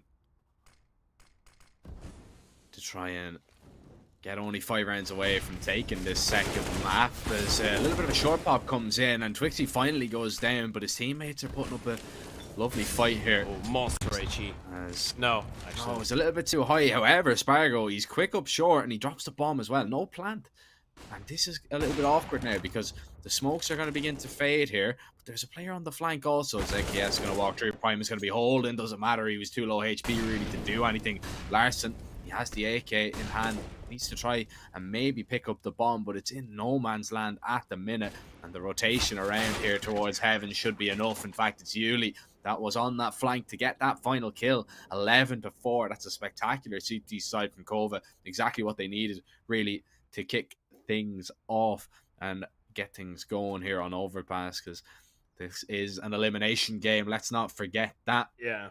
As we do see, of course, one of our partners, AstroPay, popping up. You can deposit and withdraw easily and securely with AstroPay. You can use it on over 1,000 sites, paying your local currency. And if you are worried about your privacy and about your privacy when spending, definitely use AstroPay, as we will get into this pistol. Very important that Tricked win this, because if they manage to get this second Overpass pistol, I think that might be all she wrote, and we could be seeing a Vertigo Tad.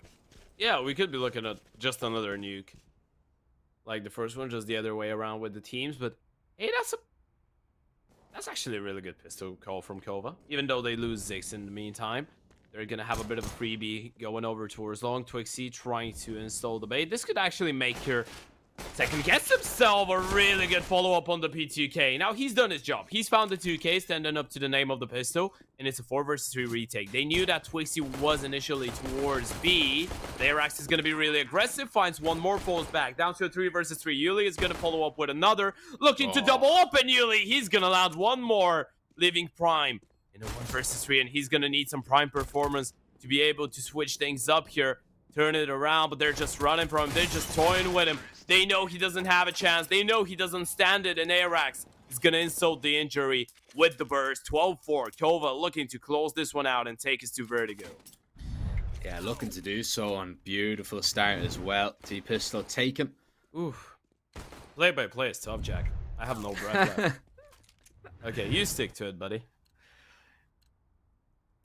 Yeah, it can be difficult at times, but we'll get through it. Now I'm doing cardio as well. Yes. Good result here for Kova so far. And people might be looking at this and saying, oh, well, Kova are absolutely destroying them on their map pick. And, you know, we've already seen Kova play this. So as we see the USBs getting aggressive towards short, beautiful spray control from Twixie with that Galil. Nice. Doesn't need the AK. That is fantastic from him. They get over that hurdle without any real issues. The next round is the all-important one, the buy round, and the odds now shifting more in Kova's favor, of course, as if they tie this up, we will be level heading over to Vertigo. But you might look at this, the win percentage from Kova on this map and say, well, how are they winning this? It's they're 1-3, you know, in the last 3 months, but they took down 777. Overpass is one of their best maps, and then a 16-11 result against Skade. I don't think I need to tell you how good Skade are on Overpass, Ted. So like that is actually a pretty good result for Kova to even get 11 rounds off one of the best Overpass sides in the tier 2 scene at the moment and in the last year. So they have got some impressive results, even though they might only be losses, and this is a spectacular performance so far. If their T-side can just hold up and get them over the line, I think Vertigo is going to shape up for an interesting match if we get there. Yeah, even though Vertigo normally, you know, I'm not the biggest fan of, I believe that in recent history teams have found a way to excite me on it. Well, Kira's going to try and excite me here a little bit on the CT side of Overpass, though. A bit of a slower one. I think that's a little bit unorthodox. That's just a mother duckling with her little ducks behind her. This is what this call is called from Kova. That's actually hilarious. That's implementing the buddy system. And now they spot him out there like, oh, okay, there's more. Just shifting one after the other, and yeah. Larson gets that kill, stays alive as well. Boy, Eric no way they win the round like that, right? Oh, Prime above the site. No He's way. Gonna be dropped as well. The damage has been done though. Look at the HP of Yuli and Arax. They're so low. Kerr, not too healthy either. There's the high HP player taken out of the round. Yuli plants the bomb. Quez has him locked in. Knows exactly where he is. Flash not good enough. And Quez will find that second kill. Knows where the flash came from as well. So Arax, he's in a whole lot of trouble. Has to try and hold on. Defend against two. Spots out the player above the site and the second as well. Now knows that the flank is definitely not a possibility. Bomb is going to be tapped. He is not going to swing out just yet. Quest is going to try and run him down and does so. Needed to hit that headshot or it could have gotten away from them there. And that round did very much get away from Tricked, but they're able to recover and they're able to pick it up. But money still not spectacular for Tricked here. I'm looking at it, you know, they are going to have to invest and purchase 3 more rifles. Kova have enough for a buy, so if Kova are able to win this round, the reset potential is going to be pretty big, and it's going to be pretty harsh for the Danes. That was such a hilarious speak. That was such a hilarious goal coming in from the T's. I love it. It was one of those rounds that you would go on a Face It game if you're trying to troll just a little bit. Guys, you know what? We're just gonna group up all 4. Contact. Don't move. Like, no one get out of the pack. We're stronger when we're together. We're just a group of warriors. No one is gonna be going on solo missions in this one. Almost works out. As you pointed out, damage has been done. And now they actually have the chance to reset the economy of Trick, which could be a little bit heartbreaking for the Danes. But hey, at least they didn't lose the round. They managed to recover. And now they have the chance to kind of try and start the machine, make it go. It's like a little bit of a coded F1 car, you know. Lost a couple tires, but now getting through the pit stop, trying to get back on track, and oh, this could be a nice start. Ooh, nearly gets a second as well. Nearly. Just want to make sure that Trick aren't in the Red Bull car because you know, we all know how that ended at the weekend. So. Had to do a Formula 1 reference, by the way. Yeah. I was like, it's too trendy right now. I need to. Well, Kova doing their best drive to survive impression as they try and survive in the Pinnacle Cup. Of course, this elimination game did not go the way that they planned. Not on their map pick, but they're able to turn it around so far. On Overpass, still a little bit of a way to go, especially because Trick keep racking up the rounds and keep racking up the kills here. Already found 2. There's that 3rd. Spargo will drop Yuli low HP. Iceberg takes care of him with relative ease. And Twixie, now the monster from Monster on the CT side, will not have enough time to really do anything in this round. So he'll just have to try and hang on to the AK, but he's being swarmed here by many CT players. Iceberg's going to be looking for him. Lovely headshot landed. Oh, needs to make sure he does go down after time, and that stings a little bit. However, it's not the end of the world. You know, it's not like they were going to go for an investment anyway. It just stings a little bit, but I mean, it is what it is. Stinky Minky. You know what's not stinky? The MSI monitors. Make sure you get your hands on one. Click the banner below the stream. Head over to MSI, our lovely partners. Some of the best peripherals in the game. Now, you know what I'm thinking? I'm thinking you're playing against Trick. Like, you're playing against a Danish team who's on the CT side of Overpass. You don't want to be letting those cheeky biscuits get on a good streak. If you do that, it's going to feel like you're hitting a wall. It's going to feel like you're just running at a wall, trying to get a different outcome with the same attempt and the same approach. Trick are a really dangerous side on that map, for the only reason being they're really smart, really intelligent with the way that they're approaching it. I've seen that they are a team that steals away a lot from tier 1 sides, and but most of them Danish as well. So a lot of resemblances could be found between the way that, for example, on Astralis would play Overpass, even though they don't play that much anymore. On Astralis, a Heroic would play Overpass. So they steal a lot away from those sides. And I guess this could be seen. They're really methodical with their approaches. They're a team that knows how to position themselves properly to get the kills. So in a lot of those scenarios, even if individually Kova are feeling themselves, even if they have the feeling of, okay, if we get into a fair fight, we're gonna be the ones to come on top. Well, you're just not gonna get into a fair fight. This is how good Trick are in positioning themselves well. I hope that it's not gonna be the case of Kova just running into those positions and just getting mobbed down, because that's gonna be a little bit disappointing for them. But I'm still not writing Trick off. You know, there's gonna be some time until I give them a fair chance. I guess win one more buy round, make it into a 13-9 or a 13-10. I'm gonna start considering it, but I'm still not writing them off. No, definitely don't write them off. Pinnacle are not writing them off either with those odds. If you want to check them out, you can sign up using code CUP22. Oh, you said cup? I have a cup of coffee. I have to get myself a cup of coffee after, or in the little break as well. It's really nice, by the way. Enough about that. You know, we'll get our caffeinated drinks into us and keep us awake in this early morning. Well, it's already past 12. It's morning for me. It's not. It's almost 11 where you live. Do you call that a morning? Yeah, of course it's the morning. 11 is the morning. Jack, we need to have a serious talk after the game. 3 p.m. is the morning for me usually. No, Jack. Oh my god. All right. we're not good. We're not giving a good example to the kids, Jack. No, definitely not. You know, a morning starts at 7 a.m. kids every single day. 7 to 8 a.m. you wake up. You're gonna be really effective. You're gonna do all your aim routines, watch all your demos, get easy kills. As Prime is gonna get a free kill now. Does he spot him? Oh, that's awkward. That's really awkward. Yeah, the refrag is there. Sure. It's awkward that Twixie gets a kill. Like, he's gonna go down no matter what. It's really bad that he gets one, though. It's just gonna dwindle the defenses. But oh, Wes, he spotted one. There are 3 players here towards B, though, so they're in prime position really to stop this right now. As Kerr takes care of ZKS. Need to be careful jumping over into the smoke. And Quez has heard that, surely. No, apparently not. Maybe somebody was calling something CS. Quez is going to go down. Iceberg finds that kill. Now Arax is going to strike. Look for the second player. Gets him as well. That's a massive misplay from Trick but there. Look at Prime. Prime on the flank. Are they aware of it? They seem to be looking for it. But he's so quick as well. Oh, the timing is everything there. He's heard the player towards short. Arax. Oh, the nade. Oh. Never mind. The headshot is perfect for Prime. A beautiful 1 versus 2. Tricked.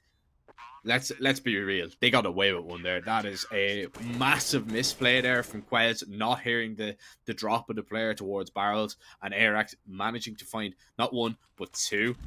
Yeah. That is very, very fortunate that Tricked have gotten away with that one, because Kova, they'll be feeling very hard done by, because that was a spectacular play from Arax. And Prime just doing the business for his team when he needed it. The running M4 insta headshot. Yeah, that was just almost like somebody was looking over them there for Tricked in that round. Yeah.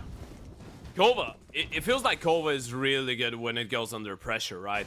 The players are able to handle those high-paced situations really expertly. Those maybe at times even chaotic scenarios. And their mid-round efficiency, their capability of just running back into a round that they shouldn't be is really, really impressive. Well, now in this one, they shouldn't have too many chances. Prime is having a bit of a freebie towards Balloons. Larson having some fun towards the A-bomb side as well with the big green. A really good flick to land. Even goes for the quick scope. Iceberg is there to make sure that no one goes down. 9 on the board now. Trick, they're starting to build up the economy as well, Jack. And you know, it looks like a bit of a team effort as well to me. That's the reason I spoke about them so highly of that upcoming CT side. It's not like they've been having big liabilities in their side, right? It feels like everyone's doing their job. It was just that, like, the team wasn't able to perform on the T side. But now, when they're on the CT side, when they're feeling comfortable, it does look like we still have a game on our hands. A bit of a closer one compared to Nuke as well. Yeah, definitely. This is a much closer game than Nuke at the moment. As Kova will be back on a bite. What did he do with it? That's the question. How did they make the space? Larson in here towards connector with the AWP. The jump spot goes out. Oh, Arax. He tried to just be a little bit smart with the jump spot there, but took an awful lot of damage. Larson peeks up and Arax is going to be taken down. Molly deployed as Larson very aware that there could be a danger towards connector, but it's not to be. Prime gets himself into a good spot. Timing's everything, but turns around in the nick of time, finds the headshot, looking for the second. Prime tapping away and knocking Kova players out of the park at the minute. As now we see a minute left. Iceberg tagged down low. Spargo connects on a shot, but it's not the kill he's after. It's not the kill he's looking for. And where do you go from here if you're Kova? A 2v5 situation, this looks like a tricked round written all over it. Oh, 13-18 a couple rounds ago, and now Prime going into his prime form. Reincarnation at its finest for him, and we spoke about him in Overpass. We spoke about how dangerous he could be, and the multi-kill potential, it feels like he's found it. Right now, he's one of the most efficient players on the side of Tricked, and he was one of the slow starters as well, right? He got a couple of nice kills in the first 5-6 rounds of the game. Then he had a bit of a slower term. I think at one point he was, what, like 8-18, 8-17, something like that. And then he just goes absolutely nuts. And this is the cool thing about watching him on Overpass. It does feel like he's making things look really, really easier than what they should be normally. And the amount of risky peaks that he gets away with is just insane.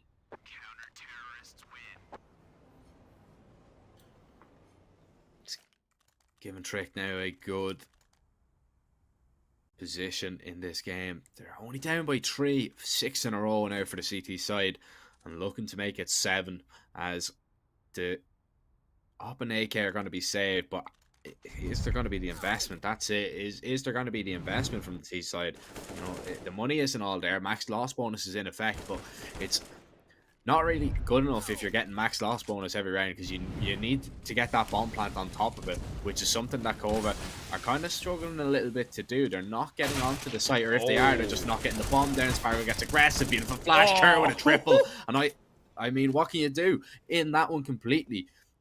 You know, you're running into short. You have 3 players there. You have the advantage, but the support play is just spectacular from Trick. The flashes are perfect. The kills are just being landed. And Kova, they just cannot catch a break for the minute. Airax, he drops Larson, the boosted player, up. Actually, he spots him out, but he's not going to be able to find the kill just yet. Oh, beautiful swing, beautiful peek. It's competitive now, but Twixie has to get his hands on a rifle to help. Yeah. He's found an AK. That was a really good recovery coming in from Kova. Considering how things started, you had the AWP trying to lead the charge. I love that from Spargo, by the way. I think this is just him taking the initiative and realizing that a hero is needed. But then a lovely triple kill coming in from Kier. The support flashes, as you pointed out. They even waited for Kier to get the first kill and then hopped in with the flashes just to make sure that he doesn't go down after only one. That enables him to go for the multi-kill. And now Kova, in a 2 versus 3...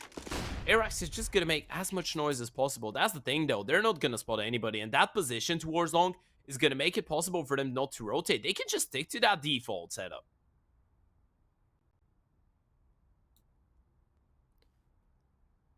Bomb on the back of Twixie. And, well, there's not going to be a flash. It's going to be a contact out. The swing should be good enough here from Quez. He's trying to go for the pre-fire. Look for the short player. Timing is everything. Oh, missed shot by Airax. Oh, 1 HP. Quez gets it done. Saves the AWP as well. Oh, that is desperate. Did you really jump over the bullet? I don't even know. Okay, we're not in the Matrix, but I'm gonna pretend we are. That was insane from Quez. Does everything in his power to try and dodge it. It's so phenomenal that I have no clue how actually Twixie gets that first kill and even the damage onto Quez, but it looked a little bit hilarious there, a little bit funky in the end of the day. Still, a really good round overall for Kova in terms of damage. They made it really close, but that's the thing though. These past couple rounds have been so dominant for Trick, they don't really care whether it's close or not. They only care about the numbers on the scoreboard going higher and higher and adding one by one, time by time, round by round. And they've been doing so. They've won so many rounds in a row now. Their money is looking fantastic. Their economy can't be bring down. It just feels like it's about time that the T's won a round. Otherwise, we could be looking at a leveled up game, and you can see it by their faces. I don't know where you're living at, son, but is he living by the sun? Never mind the sun. The pain in, like, my neck is hurting just by the way. Oh yeah, by the way, yeah. Just pretend we didn't see that, but it's so bright. Airax, bro, look after yourself, You know what's not bright, man. though? You know what's not bright? What? Their T side. You couldn't help yourself there, could you? No, I couldn't. You had to get that little. You had to get that little dig in, didn't you? I just apologize. Yeah, you had to get that little punch in. That's yeah. That was a low blow, Ted. That was a low blow. By the way, they invest again. I guess, yeah, they did the damage, so they're like, yeah, let's go. But money is not going to really fill it for Trick. And another investment without a bomb plan, no AWP, a scout again, a couple Galils in the mix. Prime gets a kill. A nice refrag coming in from Airax. You know, they've been good in those scenarios. It's not like every single time Trick got the opener, they got a flawless run by the end of the round. No, most of the time Kova were able to bring these ones a little bit closer, but it's still going to be tough, especially when you have to contact your way up. There's going to be Opes. M4 is waiting for you behind every angle. Jack, you know what I'm thinking right now, right? I'm thinking Kova are not going to be able to close this one out, and I think we might be saying goodbye to them if they don't pick up their game. That's what I'm thinking, Ted. Playing against Danes on Overpass. That should be written down as top 5 worst things that could happen to you in CS. The Danish 5-stack, but it's not. Yeah. In the early hours of the morning, it is the late hours of the morning. Man, it's the afternoon already, chat. Yeah, I'm just saying it to tilt you. I'm just saying that to tilt you. Morning. Oh, nice little spot there. Actually, didn't see him. Never mind. I thought. Yeah, sneaky. Yeah, it doesn't matter. His time was numbered anyway. there's definitely not going to be investment in this round. So Tricked, they will have to put up a defense really against a set play, unless. No, it's only the hero. Okay, I was getting a little bit ahead of myself, Ted. I'll be real, but 8 in a row, looking for 9. This is a massive comeback from Tricked. This was something that I wasn't considering whatsoever. I thought this one was done and dusted at the way that they were playing, but that's why I spoke about it, right? That's why I touched upon it, because on Nuke, for example, you didn't hear me for a single second considering something like that happening, but just because I know how things could spiral out of control, especially when you're playing against a team like Tricked that are so good and just positioning themselves really well, it could always go out of control. And well, it has. Yeah, it's a nice set piece round. They finally take a bit of an economical breather, so they're going to be able to reinvest properly into the next one. They get another kill from the boost. This one's not looking bad, but still, taking a look at the damage that has been done and taking a look at them going over towards Monster, that's never going to be an easy task, especially when Quest is on the other side. Well, now he's gone. Oh, Prime. They actually have a shot in this one. If they go back up connector and go to A here, that's a massive play. Like that's. But I don't think they do. No, it's too much of a risk.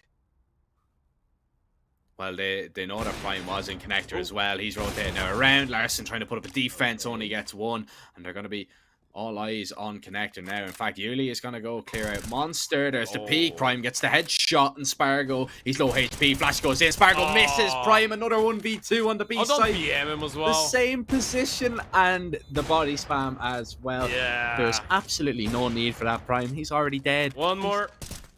You had one more bullet in the ope. Oh, that is just making it worse at this point. That is despicable. That is despicable. Oh my god. Thank god he didn't paint something, an image, a certain image on the ground as well. How funny would it have been? How funny would it have been if he was body spamming and he timed out? Imagine. Yeah. Karma. I've seen it happen. I've seen it happen. Karma showing he's got the juice. Instant karma. Look at that. Kova 7.09 right now on the Pinnacle odds. If you want to check them out, you can click the banner down below the stream and get involved. Sign up using code CUP22. That's, of course, if you're 18 years of age or over, and only if you gamble responsibly. And well, Prime made a gamble to go for a flank, pays off once again. A second 1v2 towards Monster for him. Gets strict on level terms, 13 to 13, but it's all well and good, you know, when you're playing, you know, when you're so many rounds down. When you're playing a kill the guy through the smoke simulator. Yeah, Quez is just mowing people down through that monster smoke. But, you know, it's almost as if you're playing without any pressure when, you know, you're so many rounds behind. You see a lot of teams get onto level terms and then kind of crumble. So Tricked are going to have to hope that they don't get complacent here and don't really throw this opportunity away. And Quez already has started things off nicely. Continues to get aggressive. There's the info. Deploys the smoke, realizing, all right, I don't need to peek whatsoever. I have so much control over towards B. Prime spots out Spargo. So the information is here for Tricked. Tricked know exactly what's going on. They can rotate accordingly and they can get into a good little position. But Larson overcommits to a peak. And while he deploys that smoke. Yeah, it's really good. Even if Prime goes down here, they have no idea that Iceberg is there. Matter. Oh, what an insane headshot from Ziggs. That's the round. I mean, Quest here, you're in a 2 versus 4. They need a hero here. He's just gonna run out of the smoke. Hope for a better place. 2v2k. The smoke criminal finds one. ZKS is there with the refract, leaving Quest in a 1 versus 3. One already in the back. A 1v2, not another one, Jack. Not in a round like that. Molly's towards bank as well. Flash is going to go high. There's a player on the back side he needs to be ready for.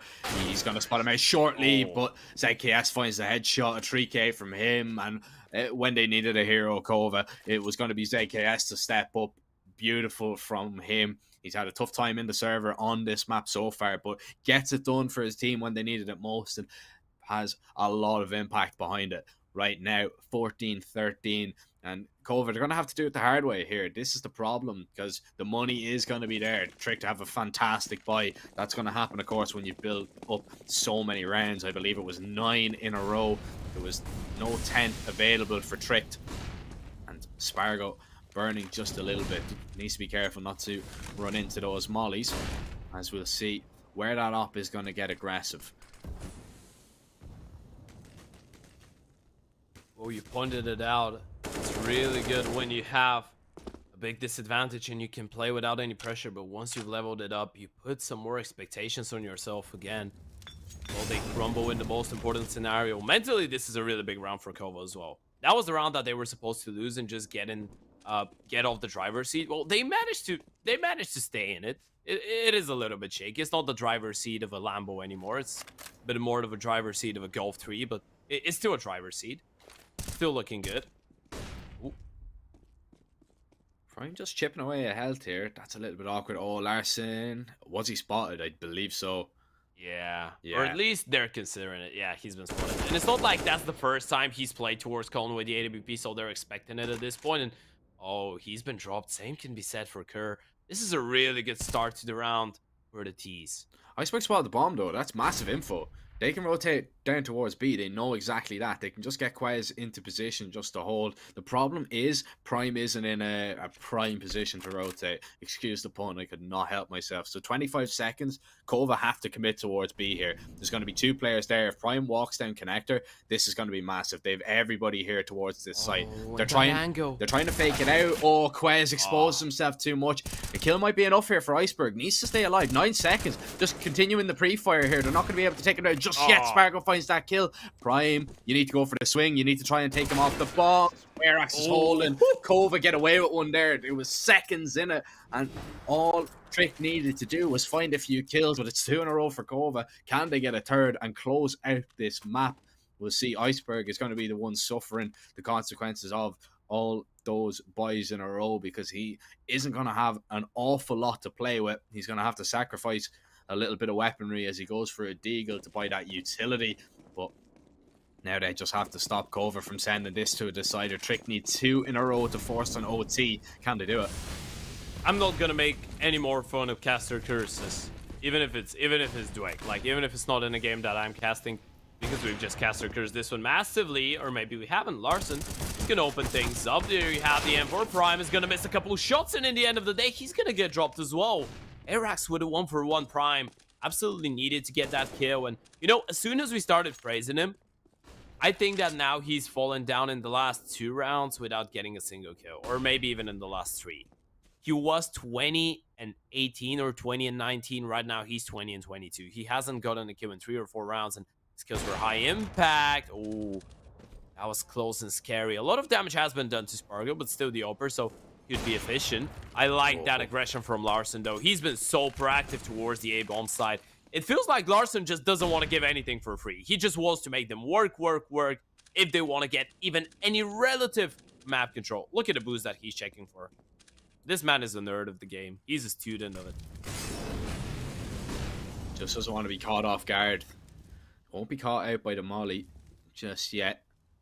Actually, needs to be careful because nobody is making their way up toilets, or so Iceberg is going to say. Look, they're holding the flank here. They're ready. Doesn't matter. Iceberg hits the headshot. Deagle, he's going to take him down. Kerr's going to be dropped in the meantime. Larson under pressure, but diamonds are made under pressure, as Larson will show Yuli.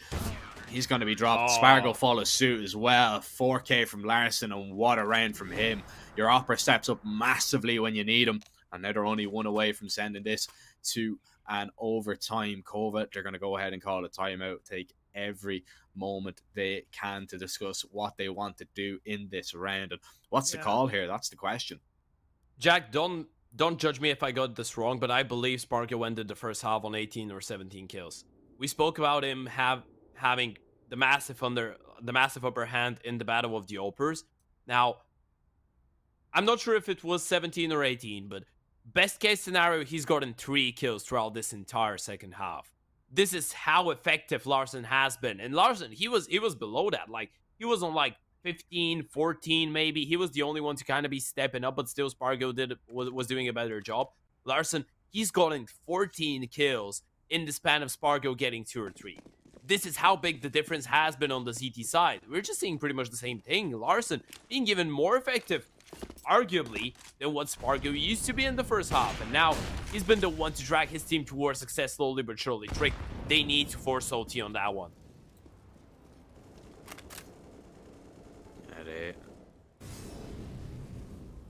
need to win this round, and they're going to feel pretty hard done by that they didn't manage to get themselves into a good position to actually win it, but they can win it in overtime if they get it. Lots of utility damage. Yeah, Larson burning, he was actually trapped there, but manages to get back and get out of there.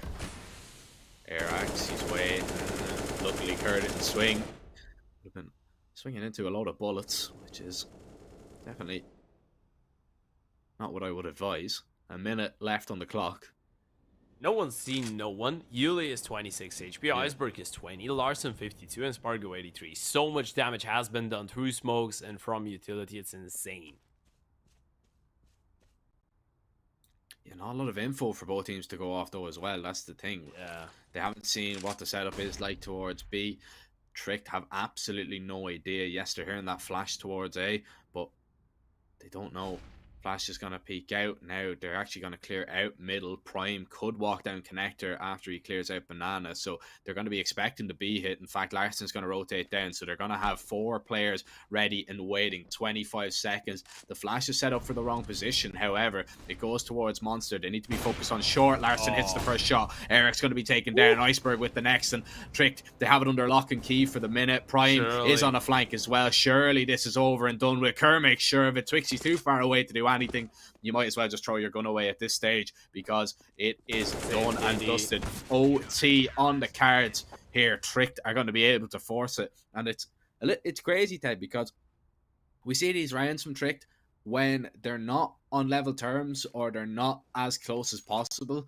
You see them play like really good Counter-Strike. Like the setups are good, the protocols are good. They seem to be playing without any pressure, but it's once they're level that they struggle. They just can't get in front. This is the thing, right? Tricked are one of those teams that are doing really well under pressure, and when they are the underdogs, they feel the most comfortable. It feels like it. When the odds are stacked against them, this is when they deliver. This is when they get in their true colors and in their best shape. Well, they will have to kind of try and overstay their welcome in this one. Oh, try and adapt it. Oh, yeah, that's insane. The fact that he realizes it's another player as well. He knows, yeah, I think that first guy. I'm going to stick to my position. Larson is going to drop down the Airax. This is the start that they needed to an overtime. What a way for them to get in the lead for the first time since the first half. Oh, Yuli spots out Larson. Or maybe no.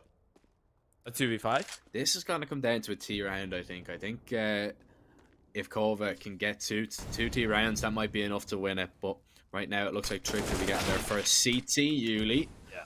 He's going to be able to find one, but still leaves Twixie in a rather unwinnable position. A 1 versus 3. He has the bomb, but he actually has a 1v1 here towards B. So if he makes his way out of the smoke, he might be able to take him down. But you want to know a fun fact, by the way? What's that? Oh, well, I mean, yeah. You can tell me now as Quez is going to be gobbling up that kill. Yeah, I just see the future. That's why. Last time those two, or rather, the only best of 3 they've played between each other, because they've played 4 times, but, well, 4 maps they've played between each other, but only 2 of those happened in a best of 3. So they played 2 best of 1s, and Tricked won both of those. The best of 3 they played, Kova actually won. You know what the first 2 maps were? Overpass and Nuke. So this is just Tricked trying to get their redemption. Of course, that was long ago. That was, I believe, the 6th of October. Yeah, October is 10th month, right? Yeah, it is. That was the 6th of October. So a lot of time since then, but a really similar Veto. And back then, again, we had a really, really massive battle between the 2 Opers. So they're standing up to the plate. And of course, both of these teams, they've shown us that they're really good under pressure. We already touched upon that for Trick. Same could be said for Kova, especially with their game against Skate on this very map. And hey, speaking about pressure.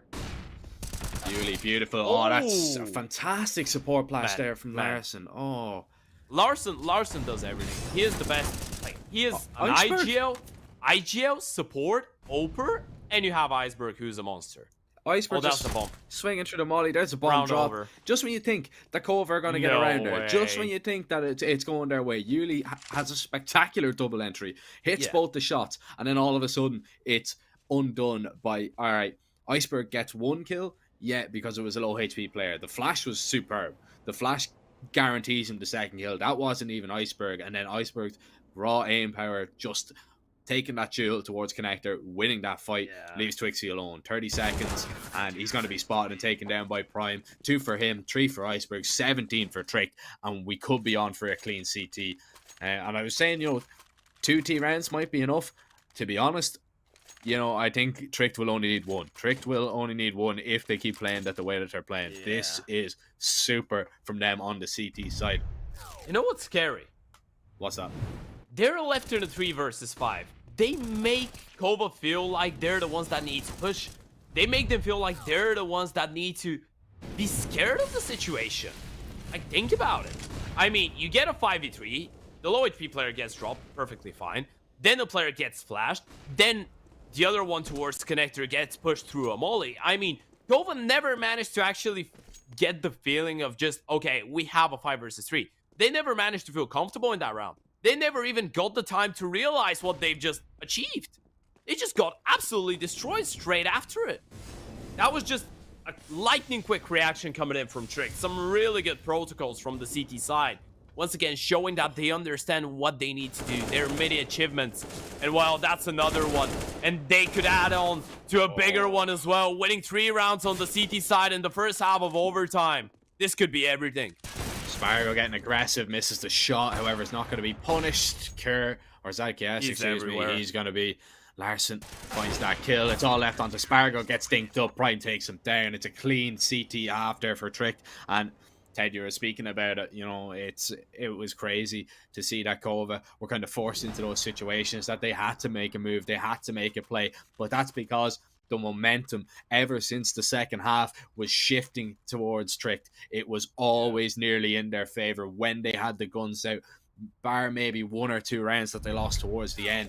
Once the rifles were out, it was always in the Danes' favor. Beautiful from Kirk. Even to get the second one, even if he doesn't, Quez is going to be in a position to get the refrag there. So Kurt doing enough fighting that kill. The timing is everything, and now we'll move over onto the T side. Can Trick get it done? All they need is one. Kova need to be perfect to stay in the Pinnacle Cup, or else they will be eliminated. And Kova, they'll make their way into that 2-2 bracket for a decider game tomorrow. Right now, what? Oh, send it out short. Is this the way that it really ends? Oh, they're gonna run the setup towards Monster. This is actually perfect. If the flashes are good, this could spiral out of control. They're not gonna be ready for it. It's like, yes, only gets 1 kill. Prime and Quez with 2. And now Tricked. Oh, they're all over the B site. Kova cannot hold it whatsoever. Spargo and Yuli, they're so far away from each other as well. 2 different angles. They're going to be coming from Connector door. Swings open. Wow. Prime. That is beautiful. And it's prime time right now for Tricked. Yuli finds 1 kill, but he's smoked off. What can you do here in this situation? He's got 28 kills. He's had a fantastic game so far, but there's 3 players the other side of the smoke, just waiting, just spamming. The bullets are raining on in through that smoke, and it's the 1-up bullet to seal it. 19-15 relief on the faces of Tricked. What a result that is for them. They stay alive in the Pinnacle Cup, and he's even waving goodbye to Kova. That is ultimate BM there in the end, but man, oh man, you cannot say the Trick do not deserve that. That was absolutely insane. Larson as well, managing to over a 32 bomb in the end of the day on Overpass. What a comeback from the Danes. But that was just the best CT side that they could have hoped for. Communication was on point. Utility usage was on point. Their Oper was like an ambulance all over the map. Wherever they needed him, he was there. That was some insane impact being done by Trick. They are looking scary, looking to make it into playoffs.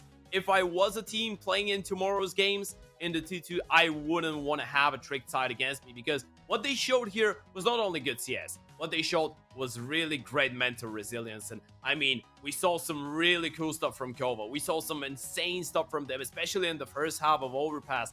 The start in the second half felt good enough. They got the pistol, they got the conversions, but since then, it was just never meant to be their game. And well, fortunately, we're going to be saying bye-bye to them, but Trick, they played a really, really great best of 3. Yeah, they did. I mean, there was some questions on the T side for both teams. I think there is still some issues for both of those teams to really kind of work on. It is, of course, the side that they struggle on the most. But the CT side, there was good protocols from both teams that I did see. I was impressed with the way that both of them played. Of course, there's confirmation of Kova being the 3rd team eliminated from Pinnacle Cup, as they will crash out 1 and 3, and well, in that 2 and 2 bracket do trick to go. I believe that deciding game is going to take place on Friday, because it's not even tomorrow. Yeah.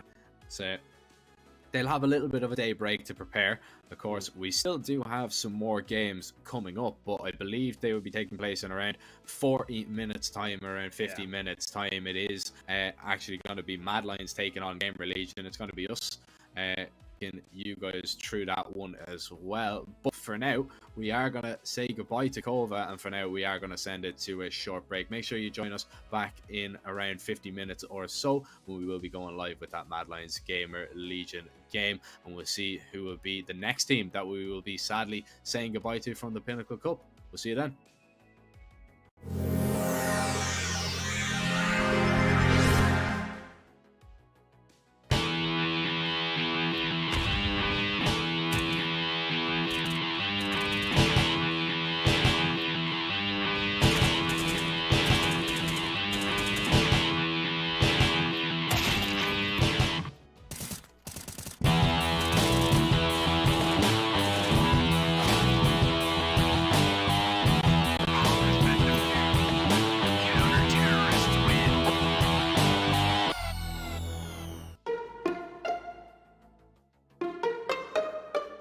Withdrawing with AstroPay is really simple. Go to your favorite site and choose AstroPay's withdrawal method.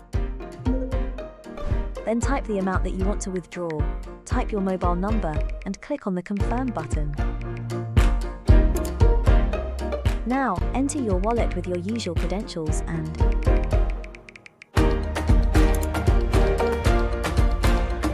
your money is available in your wallet now. Decide if you want to extract money or buy on your favorite sites. Get the app in your favorite store or visit us at www.astropay.com.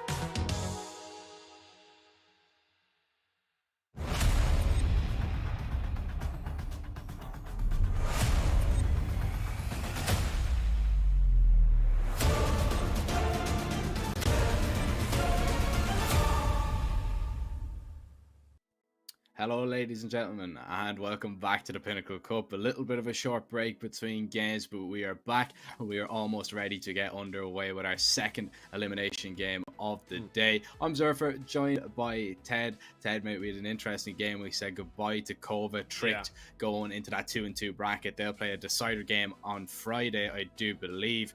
But now we have a little bit of an interesting one. If you were looking from the outside in, or rather looking at the names probably before the Swiss system started, or the Swiss stage started, you'd not be maybe considering Mad Lions and GamerLegion to be in this position. No whatsoever.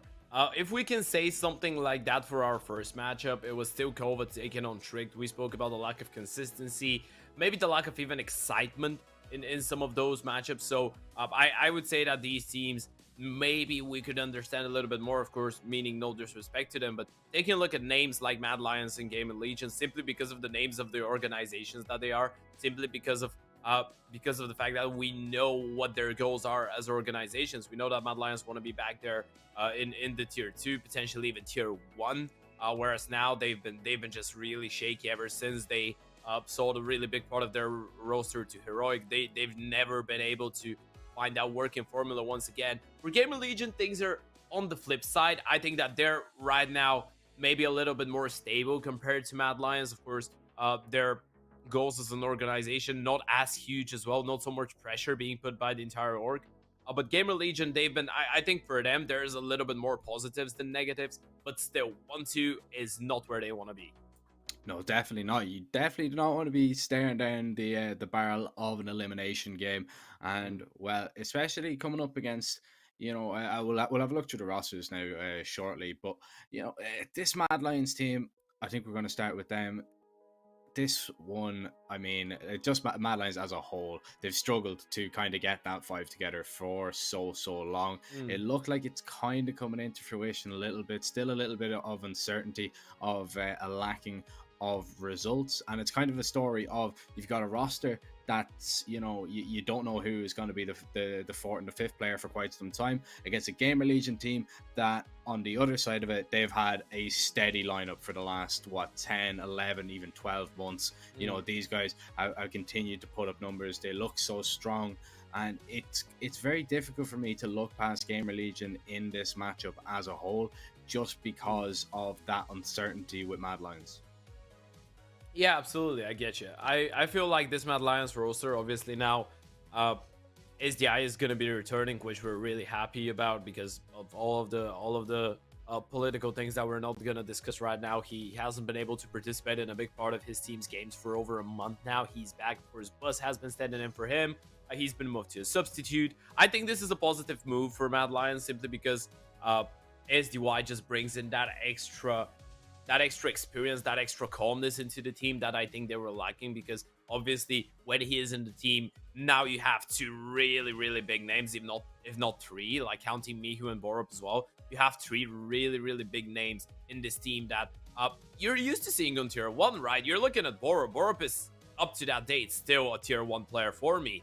And this Mad Lions squad, at least individually, looks really impressive. But speaking about a squad looking impressive because of their capabilities as a team, well, there isn't a better definition of that than GamerLegion.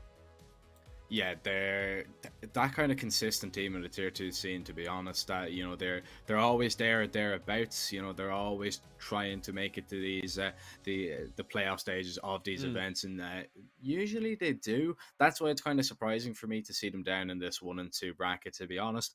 Losing out to 4 Glory and Maze NXT, beating Sinners was their win in this event. But you know, it's surprising that, you know, they were beaten by 4 Glory 2-0, beaten by Maze NXT 2-0. 4 Glory are through 3-0, by the way. Yeah, so yeah. Fair enough. Yeah, but that's kind of a little bit of a shocker to me. Like, oh yeah, you know, not only two. Were you expecting 4 Glory to go 3-0? You know, that's. You want me to lie, or? Yeah, that's what I mean. Like, it's a little bit strange to see GamerLegion in this 1 and 2, but we'll see if they can actually make it any further than this. Of course, the elimination game. If they lose, they're out, and that's the same for Mad Lions as well. We're going to jump into the Veto. Veto and Dust 2 going to be taken out straight away, so not really too many surprises. Yeah. Mad Lions going to go ahead and pick Ancient. GamerLegion going for their bread and butter really of Mirage, and I wonder what we're going to see. I believe it's Overpass as a decider. So looking at this one on paper, I'd be leaning just a little bit towards GamerLegion. Yeah, I like the move with leaving Overpass as the decider instead of Nuke, because obviously you're going to be looking at the stats. You're going to go like, oh wait, but why didn't they go for Nuke? It would have been a perfect punishment pick against Mad Lions. They're a team that struggles on it, yet to pick up a victory in 2022. But the truth is, they've been playing some really strong sides on Nuke. Like they've been playing teams like Ents, like Vic, if I'm not if I'm not misreading this. But I believe that most of these games have been really close. Like I watched the demo of the big game. I watched the demo of the Ends game. Let me tell you what, that was really close. You know, for a team that doesn't have a single victory on Nuke, Mad Lions are actually quite decent on it. So I like the idea of GamerLegion avoiding that, especially because they just picked it against Mouse NXT the other day. They lost at 16-0, which was kind of devastating, and it's always going to be really bad for your confidence when you walk into a map and you know that last time you actually won a round on this map was 2 games ago. So yeah, I like the choice of an Overpass. I think their Overpass is good. Speaking of Ancient and Mirage, I think that, again, not so many surprises there. I believe that for GamerLegion, it was always going to be either Inferno or Mirage. I was actually thinking we could see Inferno in the series, but I feel like Ancient is a good one, especially when SDY is back. You know, Spirit used to play that one a lot back in the day, so it's not like he doesn't have experience on the map. And I like looking at the Veto. I kind of understand where you're going with, yeah, GamerLegion are going to have a little bit of an upper hand. I think it's a fair one, and I think that both teams have done a pretty decent job with it. Yeah, I think so as well. And of course, yeah, it is so nice to see Sunday Young back in the server and representing Mad Lions, of course. And it is going to be maybe just that little bit difficult with that time away that he has had, maybe to get back into the swing of things. But we're going to get into the swing of Ancient very shortly, as we're going to as we will get underway. GamerLegion, they're going to be your favorites going into this one. If you want to check out those odds, you can pick the banner down. Make sure if you are gambling, though, you do gamble responsibly. You have to be 18 years of age or over as well. And Pistol here, Arrow with 2, Immo with the next, Arrow with the hat-trick, and now it's TMB, the last player standing. Mad Lions, they don't even get to set up for that round whatsoever. It's been completely undone by what looks like a fantastic counter strat. Yeah, that's essentially what this was. It was just GamerLegion being really well prepared for the round. This is when you, if you're Mad Lions, walk into a map and you might be thinking, okay, we're gonna surprise them. We're gonna go for an Ancient. Maybe they're not gonna be ready for it. Well, it does have some sense to it, but maybe they were thinking we might go Inferno. Maybe they were thinking we might go Overpass. We go Ancient. They instantly counter our first pistol. And GamerLegion now go for a tactical timeout. This is interesting.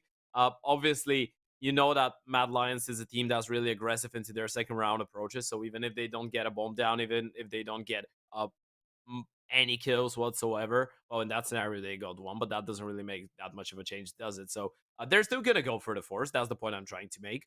Of course, this is the bread and butters of people like Cuban, of course, the coach, and me, who is used to that aggressive style of play. That's not. He's playing with a revolver. JL is playing with a revolver. Okay, who let the troller in?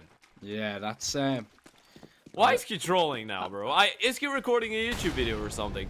Oh, I played unofficial against the top 30 team and used the revolver. Let's see if he can actually put it to good use. Well, he fired a few bullets. It was really successful. Didn't connect whatsoever. Maybe he forgot to change it.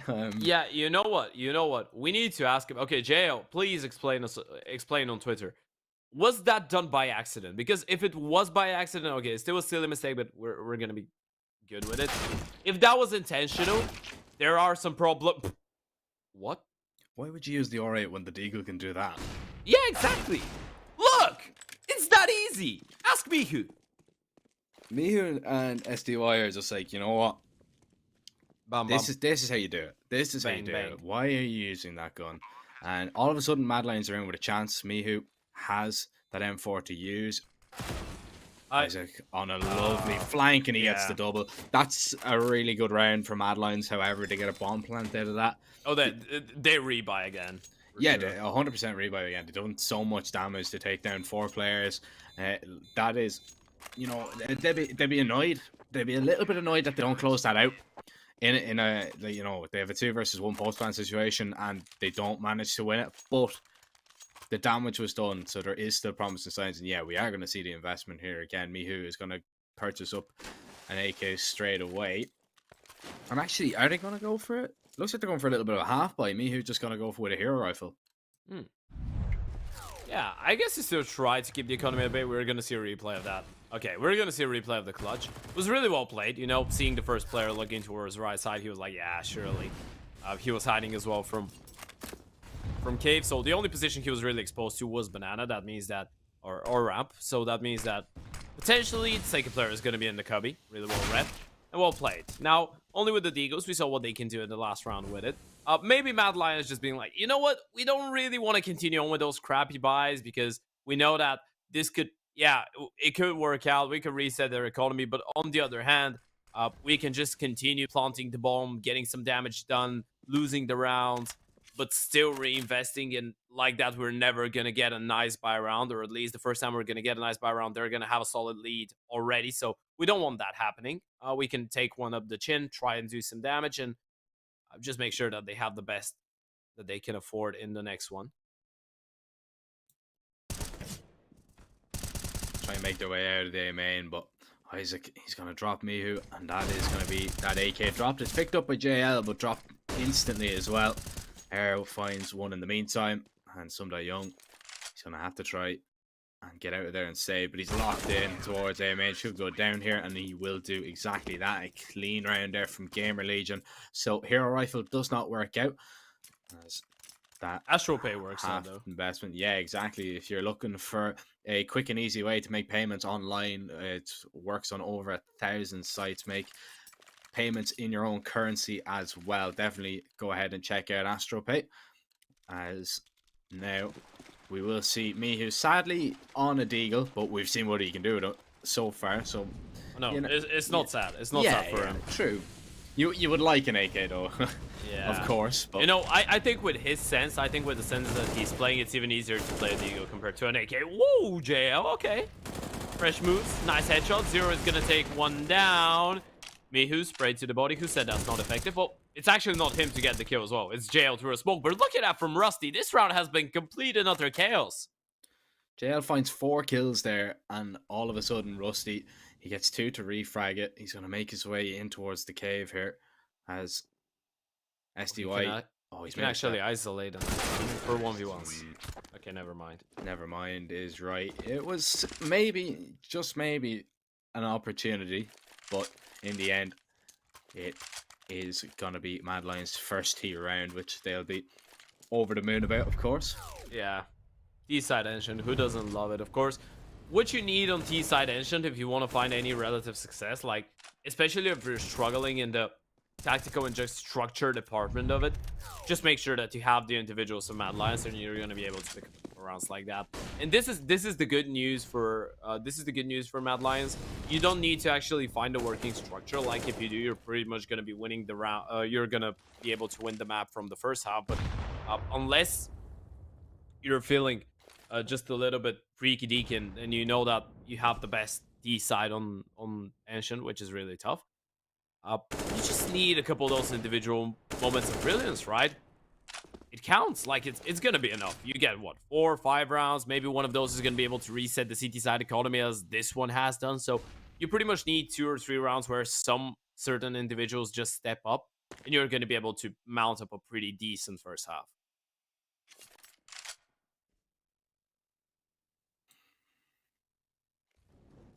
A minute left on the clock here, and Barb needs to be careful walking into this crossfire. The same with TMB. Zero's going to find it first. Is there going to be a refrag there? No, double from Barb. Sloppy. Yeah. I mean, Barb is going to be refragged eventually, but 5-7 probably should have done a little bit better from that close range. The AK just overpowering it. Someday Young does not want to walk into the the Deagle bomb site, as they will go elsewhere, try and make their way towards A. Now, there's an AK to be recovered, in fact, so I believe there might be a second as well. Yeah. So, in this Just hold situation, on. yeah, I think maybe a save. Some Young is going to be locking off the rotates anyway if they want to come through middle. Yeah, he shouldn't be going too aggressive as well. Yeah, I don't think he should hunt whatsoever. I think that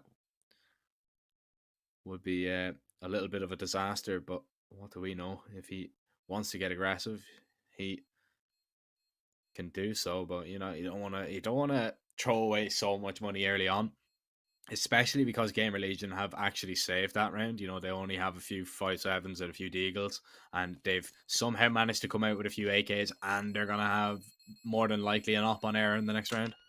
Yeah. It's good thinking about the money. Same could be said for Mad Lions. It's one of those rounds where it's just not worth it to go for the hunt. No matter what you do, GamerLegion is still going to be having a reinvestment going into round number 6. And you don't have the cash for it. You can't afford to lose too many guns. But hey, that's a really good recovery. Mad Lions now able to level up the ults. I think these are the closest ults we're going to get for this entire day. This is one of the closest matchups. Of course, according to Pinnacle, you want to take advantage of those. Make sure you click the banner below the stream and use our code CUP22. I just looked at I actually have 2 cups on my desk as well. Just to remind you, just to sure I don't have forget. 2 cups and 2 glasses. You know why? Because I did drink a coffee, I did drink a tea, I'm having water right now, and I had an orange fresh before that. Surprised you haven't left me, in the middle of a cast to go to the bathroom. That's Oh, we had a break, don't worry about me. My body is in sync with nature. Living the healthy lifestyle, man. Not missing gym. Arms day today. Oh no, it's shoulders actually. Jeez, I love shoulders day. See how big the shoulders of Mad Lions are. They're going to be trying to barge their way onto this B bomb site, and JL, he's taking a whole lot of damage, trying to squeeze his way through this doorway. TMB, a lovely headshot. The reverse spam from Isaac, not going to do all that much. Oh, that's a lovely headshot to find. Very nice indeed. It's 40 seconds for Mad Lions to actually commit onto B. They don't have a lot of utility, however. The smokes are lacking. They only have that one to cross. Molly goes down. Isolate 0 at least. Isaac, it's a second. The spam through the smoke is perfect. The flash is keeping Barb at bay for the moment. Eventually swings with 0's ready and gets the second as well. Young, he's too far away to find a refrag just yet. 15 seconds left on the clock. Bomb dropped in no man's land. He has to be thinking about the save, as GamerLegion, they just rotate accordingly, have everybody there, and did a really good job of just baiting out that utility. And even they could be classed as a little bit fortunate, Isaac, getting the spam through the smoke, but 0 did very well to take his aim duels and win both of them. Yeah, I just want to highlight that, what you spoke about. The capabilities of GamerLegion to drag their opponent's utility away, so that when they try to actually make their way into the bomb site, they have nothing to kind of make create a safe passage with. And this is the thing on a map like Ancient. I don't think that people realize how much utility you actually need on Ancient to get the bomb down. It's really tough. Doesn't really matter if you're going A, if you're going B. Towards the B bomb site, you can get spammed through everywhere. And even if you have the nades, if the CTs have enough grenades, that makes it impossible for you to get a bomb down. They can just constantly molly you off, throw you HEs. The bomb site isn't that big, so they can spam you through as well and have relatively big successes we saw in that round. That means that on the Ancient T side is a lot deeper than that. It's a lot more complex. You actually need to work a lot early game and mid game, unless you're going for a really, really quick approach. You need to work to try and minimize the utility of the CT side. Otherwise, it's going to be really tough for you to get yourself onto a bomb site, and even if you get yourself onto the bomb site, it's going to be really tough to plant the bomb, get out of there, and still be competitive to win the round.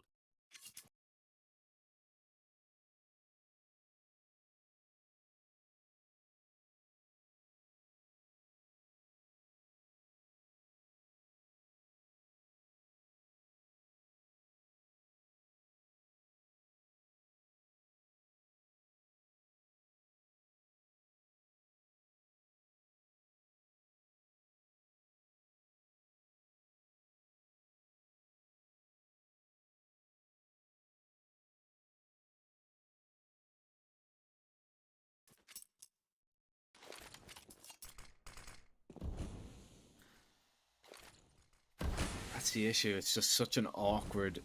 It's such an awkward T site to play. Yeah, it's really complex, right? There are so many mini achievements to it if you want to actually mount a really decent showing.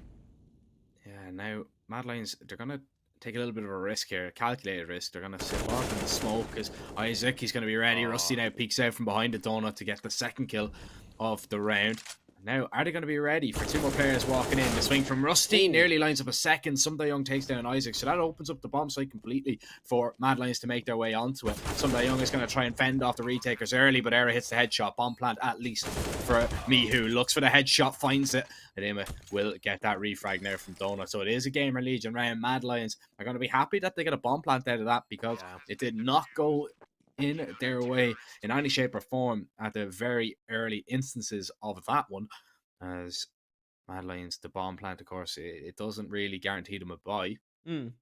But while we have a little bit of an eco, you can see that the MSI monitors, the lovely monitors that they have on offer at the minute, or rather they have up on your screen. I believe actually the giveaway has just gone live. If you want to head over to our Twitter at Pinnacle Esports, there is a link to a giveaway where there's 2 chances to win 2 of those monitors. So go over and get involved in that one as we see a little bit of a set play up B. Imma needs to be a little bit careful. They're actually going to rush in towards CT. Isaac is so not ready for this.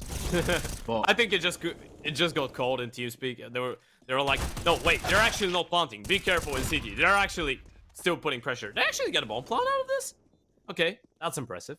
You know, no kills found. Maybe Borup can drop 1 or 2, but in the end of the day, getting the bomb down was what mattered. They're still going to have enough money for a reinvestment because of this one. It's going to be looking really solid. But yeah, a really quick one. A really fast-paced round. And even when they were so quick and so fast, you could see how every single GamerLegion player was just getting their nades out. They were just ready to make it rain with HE,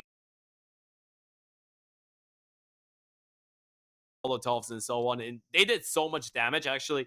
Mad Lions were so heavily attacked even before they got into any engagements, and that just shows really good protocols and really good reactions from GamerLegion. Yes, you pointed out that a little bit of a sloppy moment coming in from Isaac, but it was quickly resurrected and quickly fixed.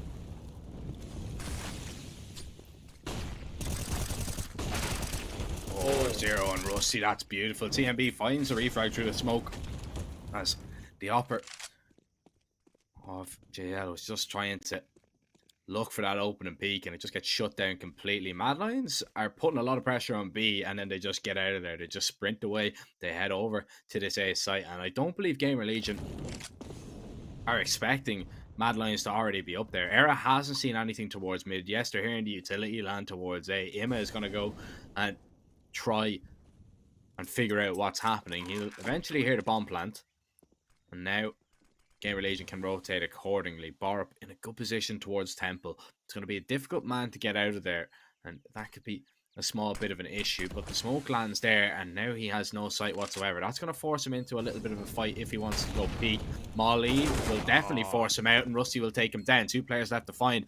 TMB boosted up, but he's low HP, and he's going to be the first point of contact. Somebody sings out, only gets 1. Isaac with the double. Another near perfect retake for GamerLegion, as the utility just makes it so difficult for Mad Lions to stay anywhere on that bomb site. Yeah, that's flawless utility usage. This is so well drilled by GamerLegion. You can see that. You can see that Era doesn't really second guess himself whether he should go back towards A and take those fights. He's like, yeah, I need to focus on staying alive. The reason that he doesn't really turn around and he just lets go of the A bomb side is that they realize they have enough utility for a retake. They know they're when a man up. And Era knows that in a lot of those scenarios, a default thing to do is to just let one player go a little bit later, coming in from middle, go on a bit of a backstab towards Donut, and he was looking for that potential lurk. So he was looking for a player that essentially would wait for first contact to be made over towards A and then try and get a bit of a backstab. So yeah, that was just GamerLegion making sure that they knew exactly what was on the other side. They knew exactly what Mad Lions are throwing at them. And well, once again, they managed to get it done pretty flawless. Even though they lost a couple of players, they make it look really well drilled and really easy. And well, now they're going to get the refrag, but taking a look at the damage, normally a 1-for-1 would be advantageous for the D side. I wouldn't say that this is the case right now. Nah, but 1:10 left on the clock, and you're looking at your CT side that has 2 flashes and 1 HE. That's not a lot of utility to really defend a bomb site. So you have to rely on your aim power alone, and that can be difficult, especially when you see a 3-1 split. You know, you see Isaac solo towards A, towards Donut. Yes, he's got them if they walk in here, but they have free reign to walk out of A main, which they have done time and time again. See a smoke lined up here from Mihu.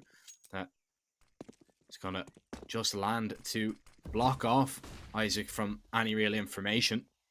He's hearing the steps, but he can't really put a stop to anything just yet. TMB is now going to strike. Era dropped as he rotates in, and TMB now has control of CT, and Mad Lions are in a really good position for a post plan.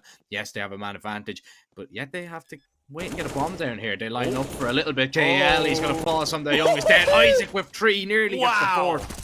Mihu, he's going to be left alone, and Ima takes him down. That is spectacular. We can't be doubting play. Isaac. No, not his individual skill. No, definitely not. 8-2 for GamerLegion. And again, Ted, it comes back to that, you know, that what we were talking about, of it is so difficult to hang on to a bomb site on this map as a T, because even though you have really good positions, they had A main control, they had Temple control, they had CT control. The only thing they didn't have was Donut, but they ran out of utility. They only had 1 smoke, and once it clears, you can see absolutely everything.